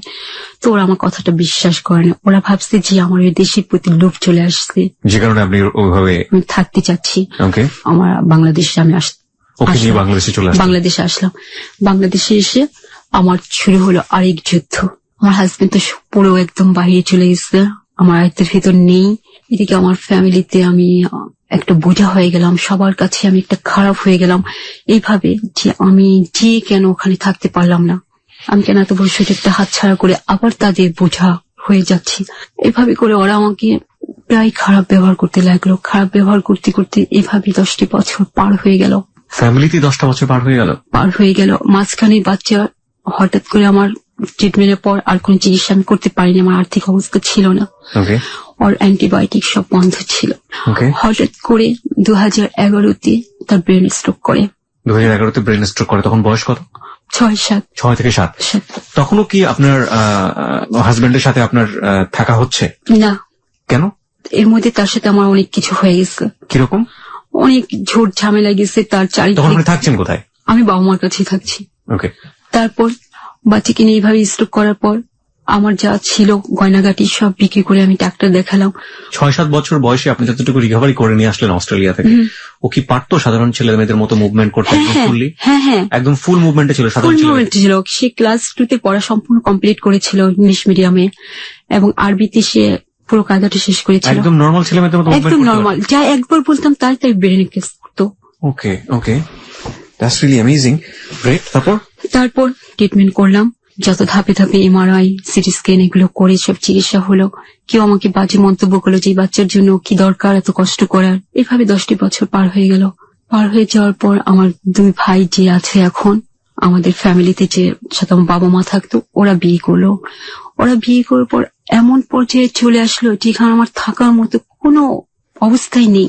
ওরা রীতিমতো আমাকে চাকরানির মতো ব্যবহার করতে থাকলো, প্রয়োজনে আমার গায়েও হাত তুলে। তখন আমি ভাবলাম যে আমার কি করলাম আমি 10টি বছর এভাবে, এখন আমি কোথায় যাব, কি করব। আপনার এই মেয়েটি ব্রেন স্ট্রোক করার পরে তার অবস্থা কি দাঁড়ালো? অবস্থা আরো খারাপ হয়ে গেল, তার ব্রেন থেকে স্মৃতি মেধা সব মুছে গেল, সে এখন বাচ্চাদের মন হয়ে গেল। কতদিনের মধ্যে ঘটনাটা ঘটে গেল? স্ট্রোক করার 1 থেকে 1.5 মাসের মধ্যে হয়ে গেল। 1 থেকে 1.5 মাসের মধ্যে। আপনি ওই সময়টাতে অস্ট্রেলিয়াতে যোগাযোগ করেননি কোনোভাবে? না, ওদের সমস্ত ঠিকানা আমার কাছ থেকে হারিয়ে গেছে। এরকম হলো, দেখা যেত আমাদের বাসায় যখন পরিবারে কেউ আসে, কোনো গেস্ট আসে, তখন তারা আমার বাচ্চাটাকে দেখে হাসতো। আপনার বাচ্চাকে দেখে হাসতো? তো আমার খুব খারাপ লাগতো, আমি আমার বাচ্চাটাকে সবসময় আড়াল করে রাখতাম। আর বিশেষ করে যখন কোনো অনুষ্ঠান হতো, কিছু হতো বাসায়, তখন আমি ওকে নিয়ে সরে থাকতাম। আমি কোনো অনুষ্ঠানে জয়েন করতাম না। কেন করতেন না? তারা চাইতো না আমি অনুষ্ঠানে জয়েন করে। শুধুমাত্র আপনার বেবিটার জন্য? হ্যাঁ, বেবিটার জন্য। আপনি কি করতেন এই বাচ্চাটা নিয়ে? কি সারাদিন আপনার রুটিনটা বলেন তো এই সময়? আমার রুটিনটা, আমি সংসারের কাজকর্ম করতাম আর শুধু আল্লাহর উপর রাগ দেখাতাম। নামাজ পড়ে বলতাম যে আল্লাহ তুমি আমাকে কেন এত কষ্ট দিচ্ছ, কি অন্যায় আমি করেছি। ওকে ডেইলি যে কাজগুলো করতে হয় একটা বাচ্চার, মানে এগুলো পারতো নাকি? এগুলো না, এগুলো আমি করে দিই। আচ্ছা, ব্রেন স্ট্রোক করার পরের ঘটনাগুলো? ওর শরীরের মধ্যে মুখ অবয়ব বা চেহারার মধ্যে কোনো চেঞ্জ কি আসলে ওই সময়টাতে ব্রেন স্ট্রোক করার পরে? হ্যাঁ, ওর আগে চেহারাটা এত খারাপ ছিল না, ব্রেন স্ট্রোকের পরেই চেহারাটা খারাপ হয়ে গেছে। আগে ছবি দেখলেই বুঝতে পারবেন। ওকে। আগে হাঁটা ছিল আমাদের মতো নর্মাল। তো সাধারণ মানুষের কাছে আপনি ওকে নিয়ে যেতে পারতেন না, আপনি আড়াল করতেন। তাহলে ওর লাইফ স্টাইলটা কেমন ছিল? ওকে আপনি কিভাবে কি করতেন ওই সময়টাতে? ওকে খেলনা দিয়ে বসিয়ে দিয়ে আমি নামাজ পড়তাম, কোরআন পড়তাম, বা ওর কোনো বই নিয়ে আমাকে পড়ানোর চেষ্টা করতাম। আপনার হাজবেন্ড কই থাকতো ওই সময়টাতে? আমার হাজবেন্ডের সাথে কোনো যোগাযোগ নেই। ও কোথায় কি করছে সেটা কোনো ধরনের কিছু জানি না, একদমই নেই। ডিভোর্স হয়নি আপনার সাথে? ডিভোর্স হয়নি। এভাবে অনেকদিন গেল, বাচ্চা ভরণ পোষণও সে করে না, কোনো খোরপোষও দিচ্ছে না। আর আমার ভাইরা বিয়ে করার পর আমার এখন এমন অবস্থা হলো যে আমার ওখানে টিকার মতো না। আমাকে যেমন প্রায় বলতো, আমাদের আত্মীয়রা বলতো, আমার হাজবেন্ডও বলতো বাচ্চাটাকে মেরে ফেললে হয়তো ভালো হতো। তার প্রতিবেশীরা তো আছে, নানান কথা বলতো। তারা কখনো বলতো মরে যায় না কেন, বাচ্চাটা মরে গেলেই তো ভালো হয়, এরকম বলতো। ওকে তো নর্মাল মানুষ দেখলে, নর্মাল বাচ্চারা দেখলে ভয় পায়। হ্যাঁ। তো আপনি মা হিসেবে ওকে যখন আপনি রাতের বেলা ঘুম পাড়ান, আপনি যখন ওর পাশে থাকেন, আপনার ভেতরে অনুভূতিটা? না, আমার কখনো ভয় করেনি। আমার মনে হয়েছে যে পৃথিবীতে আমার বাচ্চাটাই সবচেয়ে সুন্দর। বলুন তারপর। মাঝখানে খুব খারাপ বিয়ে হয়েছে। 1.5 বছরের মধ্যে এমন যন্ত্রণা হয়েছে আমার ফ্যামিলিতে যে বলার মতো না। আমি আমার বাচ্চাকে নিয়ে দরজা লাগিয়ে রাখতাম, 3 দিন 4 দিনে খাবারও খেতাম না, গোসলও করতে পারতাম না। যে মারবে, টর্চারিং করবে, এই ভয়তে দরজা খুলে বের হতাম না। কে মারবে আপনাকে? আমার ভাইয়ের বউরা। তার জন্য আপনার বাবা কিছু বলতো না? বাবার বলার মতো এখন তেমন একটা পজিশন নেই। ওকে। আপনার মা তো ডিপেন্ডেন্ট না, মা তো 3 বছর আগে ব্রেন স্ট্রোক করে সে শয্যাশায়ী ছিল, তার কোনো সেন্সই ছিল না। এই 3 বছর পরে 24শে মে মারা গেল সে। ওহো। যখন মারা যায় এর মধ্যে তখন সেন্স একটু ফিরে আসছিল। আমি যখন নামাজে পড়ে কাঁদতাম দাপায়া, তখন সে আমার দিকে ফিরে ফুপিয়ে কাঁদতো। তারপর এমন অবস্থা চলে গেল আমার ভাইয়ের বউদের, মানে এরা বলতেছে যেভাবে হোক আমার ব্যবস্থা আমাকে করতে হবে, আমি এখানে থাকতে পারবো না। আমার বড় ভাবি নাকি বলতেছে আমার ছোট ভাইকে যে স্বার্থপর হও। স্বার্থপর যদি না হও জীবনে কখনো প্রতিষ্ঠিত হতে পারবে না। প্রিয় শ্রোতা, আপনারা যারা ভিডিওটা দেখছেন, আমরা গল্পে আবারও ফিরছি। ভিডিওটা যারা দেখছেন তাদেরকে বলি, 1 সপ্তাহ আগে আমাদের এই প্রিয়াঙ্কাকে নিয়ে তার মা, যে মার কাছ থেকে এই যে জীবনের গল্পটা শুনছেন আপনারা, তাকে সাথে করে নিয়ে এসেছিল। আমরা চেয়েছিলাম মেয়েকে পাশে বসিয়ে রেখে আপনাদের কাছে এই জীবনের গল্পটা প্রচার করতে, কিন্তু সেটা সম্ভব হয়নি। আমি সেই সময়ে আমার পার্সোনাল ফোনে ভিডিওটা করেছিলাম যাতে আপনাদেরকে দেখাতে পারি, কারণ তাকে পাশে বসিয়ে রেখে গল্পটা বলা কেন সম্ভব না, ভিডিওটা দেখলেই আপনারা বুঝতে পারবেন। এবং সে তার মাকে ছাড়া পুরো দুনিয়ার কাউকে চেনে না। তাকে এই মুহূর্তে রুমের ভেতরে বন্ধ করে রেখে এসে, তালা দিয়ে এসে আমাদেরকে এই জীবনের গল্পটা বলছে তার মা। উপায় নেই বলেই বলছে, এবং কেন উপায় নেই সেটা আপনারা শেষ পর্যন্ত শুনলে বুঝতে পারবেন। আমরা আবার গল্পে ফিরছি। হ্যাঁ, বলুন তারপর। এইভাবে চলতে থাকে, অনেক জায়গা থেকে আমার বিয়ের প্রপোজ আসতে থাকে, কিন্তু আমি কোথাও বিয়ে করি না। আপনার তো তখনও আপনার ডিভোর্স হয়নি? না, ডিভোর্স হয়নি, তারপরে বিয়ের প্রস্তাব আসতে থাকে অনেক জায়গা থেকে। তো আমি এটা আর করি না। মাঝখানে আমার ভাইরা তখন এমন পর্যায়ে চলে যায় যে ওরা আমাকে ঘর থেকে বেরিয়ে করে দিবেন। শেষমেশ আমার বাড়ির ফ্যামিলি বাসা ভাড়া থাকে আমার উপরে 5 তলা। সে অনেকটা দেখতো আমার ফ্যামিলিতে যে ঝগড়া হতো, আমাকে নিয়ে অনেক কিছু হতো। সে আমাকে একদিন বলে যে তোমাকে একটু কথা বলবো মা, তুমি কিছু মনে করো না। হ্যাঁ বলেন। তুমি একটা বিয়ে করে ফেলো। আমি না, এর মধ্যে আমি আবার আমার হাজবেন্ডকে ডিভোর্স দিয়ে দিচ্ছি। হ্যাঁ, দিয়ে দিয়েছি। তো আমাকে কখন বলার পর তো বললো যে তোমার ভালো হবে, তোমার যে বয়সটা যাচ্ছে আর যেরকম সিচুয়েশন দেখছি ফ্যামিলির, এটাতে তোমার কোনো নিরাপত্তা নেই। কিন্তু আপনার ওরা বুঝতো না যে এরকম, আপনি যেটাকে বলছেন আপনি আপনার বেবি, এরকম একটা বেবি, একটা সাধারণ ছেলে কিভাবে মেনে নিবে? তাই তো কথা। আমাকে চাচাটা বললো যে আমার কাছে একটা ছেলে আছে, খুব ভালো, 5 ওয়াক্ত নামাজ পড়ে হুজুর, অনেকটা মেয়ে খুঁজতেছে, ধার্মিক খুব মেয়ে খুঁজতেছে এবং দেখতে শুনতে সুন্দর হতে হবে। আমি বললাম না না চাচা, এসব কথা বলেন না। তারপর আমাকে বারবার অনুরোধ করে বলে কি তুমি একবার কথা বলে দেখো। তো উনি আমার কাছে মোবাইল নাম্বারটা নিল না। তো আমি ভাবছিলাম জাস্ট উনি কথা বলার জন্য নিচ্ছে। তো একদিন আমাকে রিং দিচ্ছে, আমি হ্যালো, আমি চাচা বলতেছি। আচ্ছা। তো বললো যে আমি যে তোমাকে বলছিলাম তুমি ওর সাথে একটু কথা বলো। তো আমি কথা বললাম।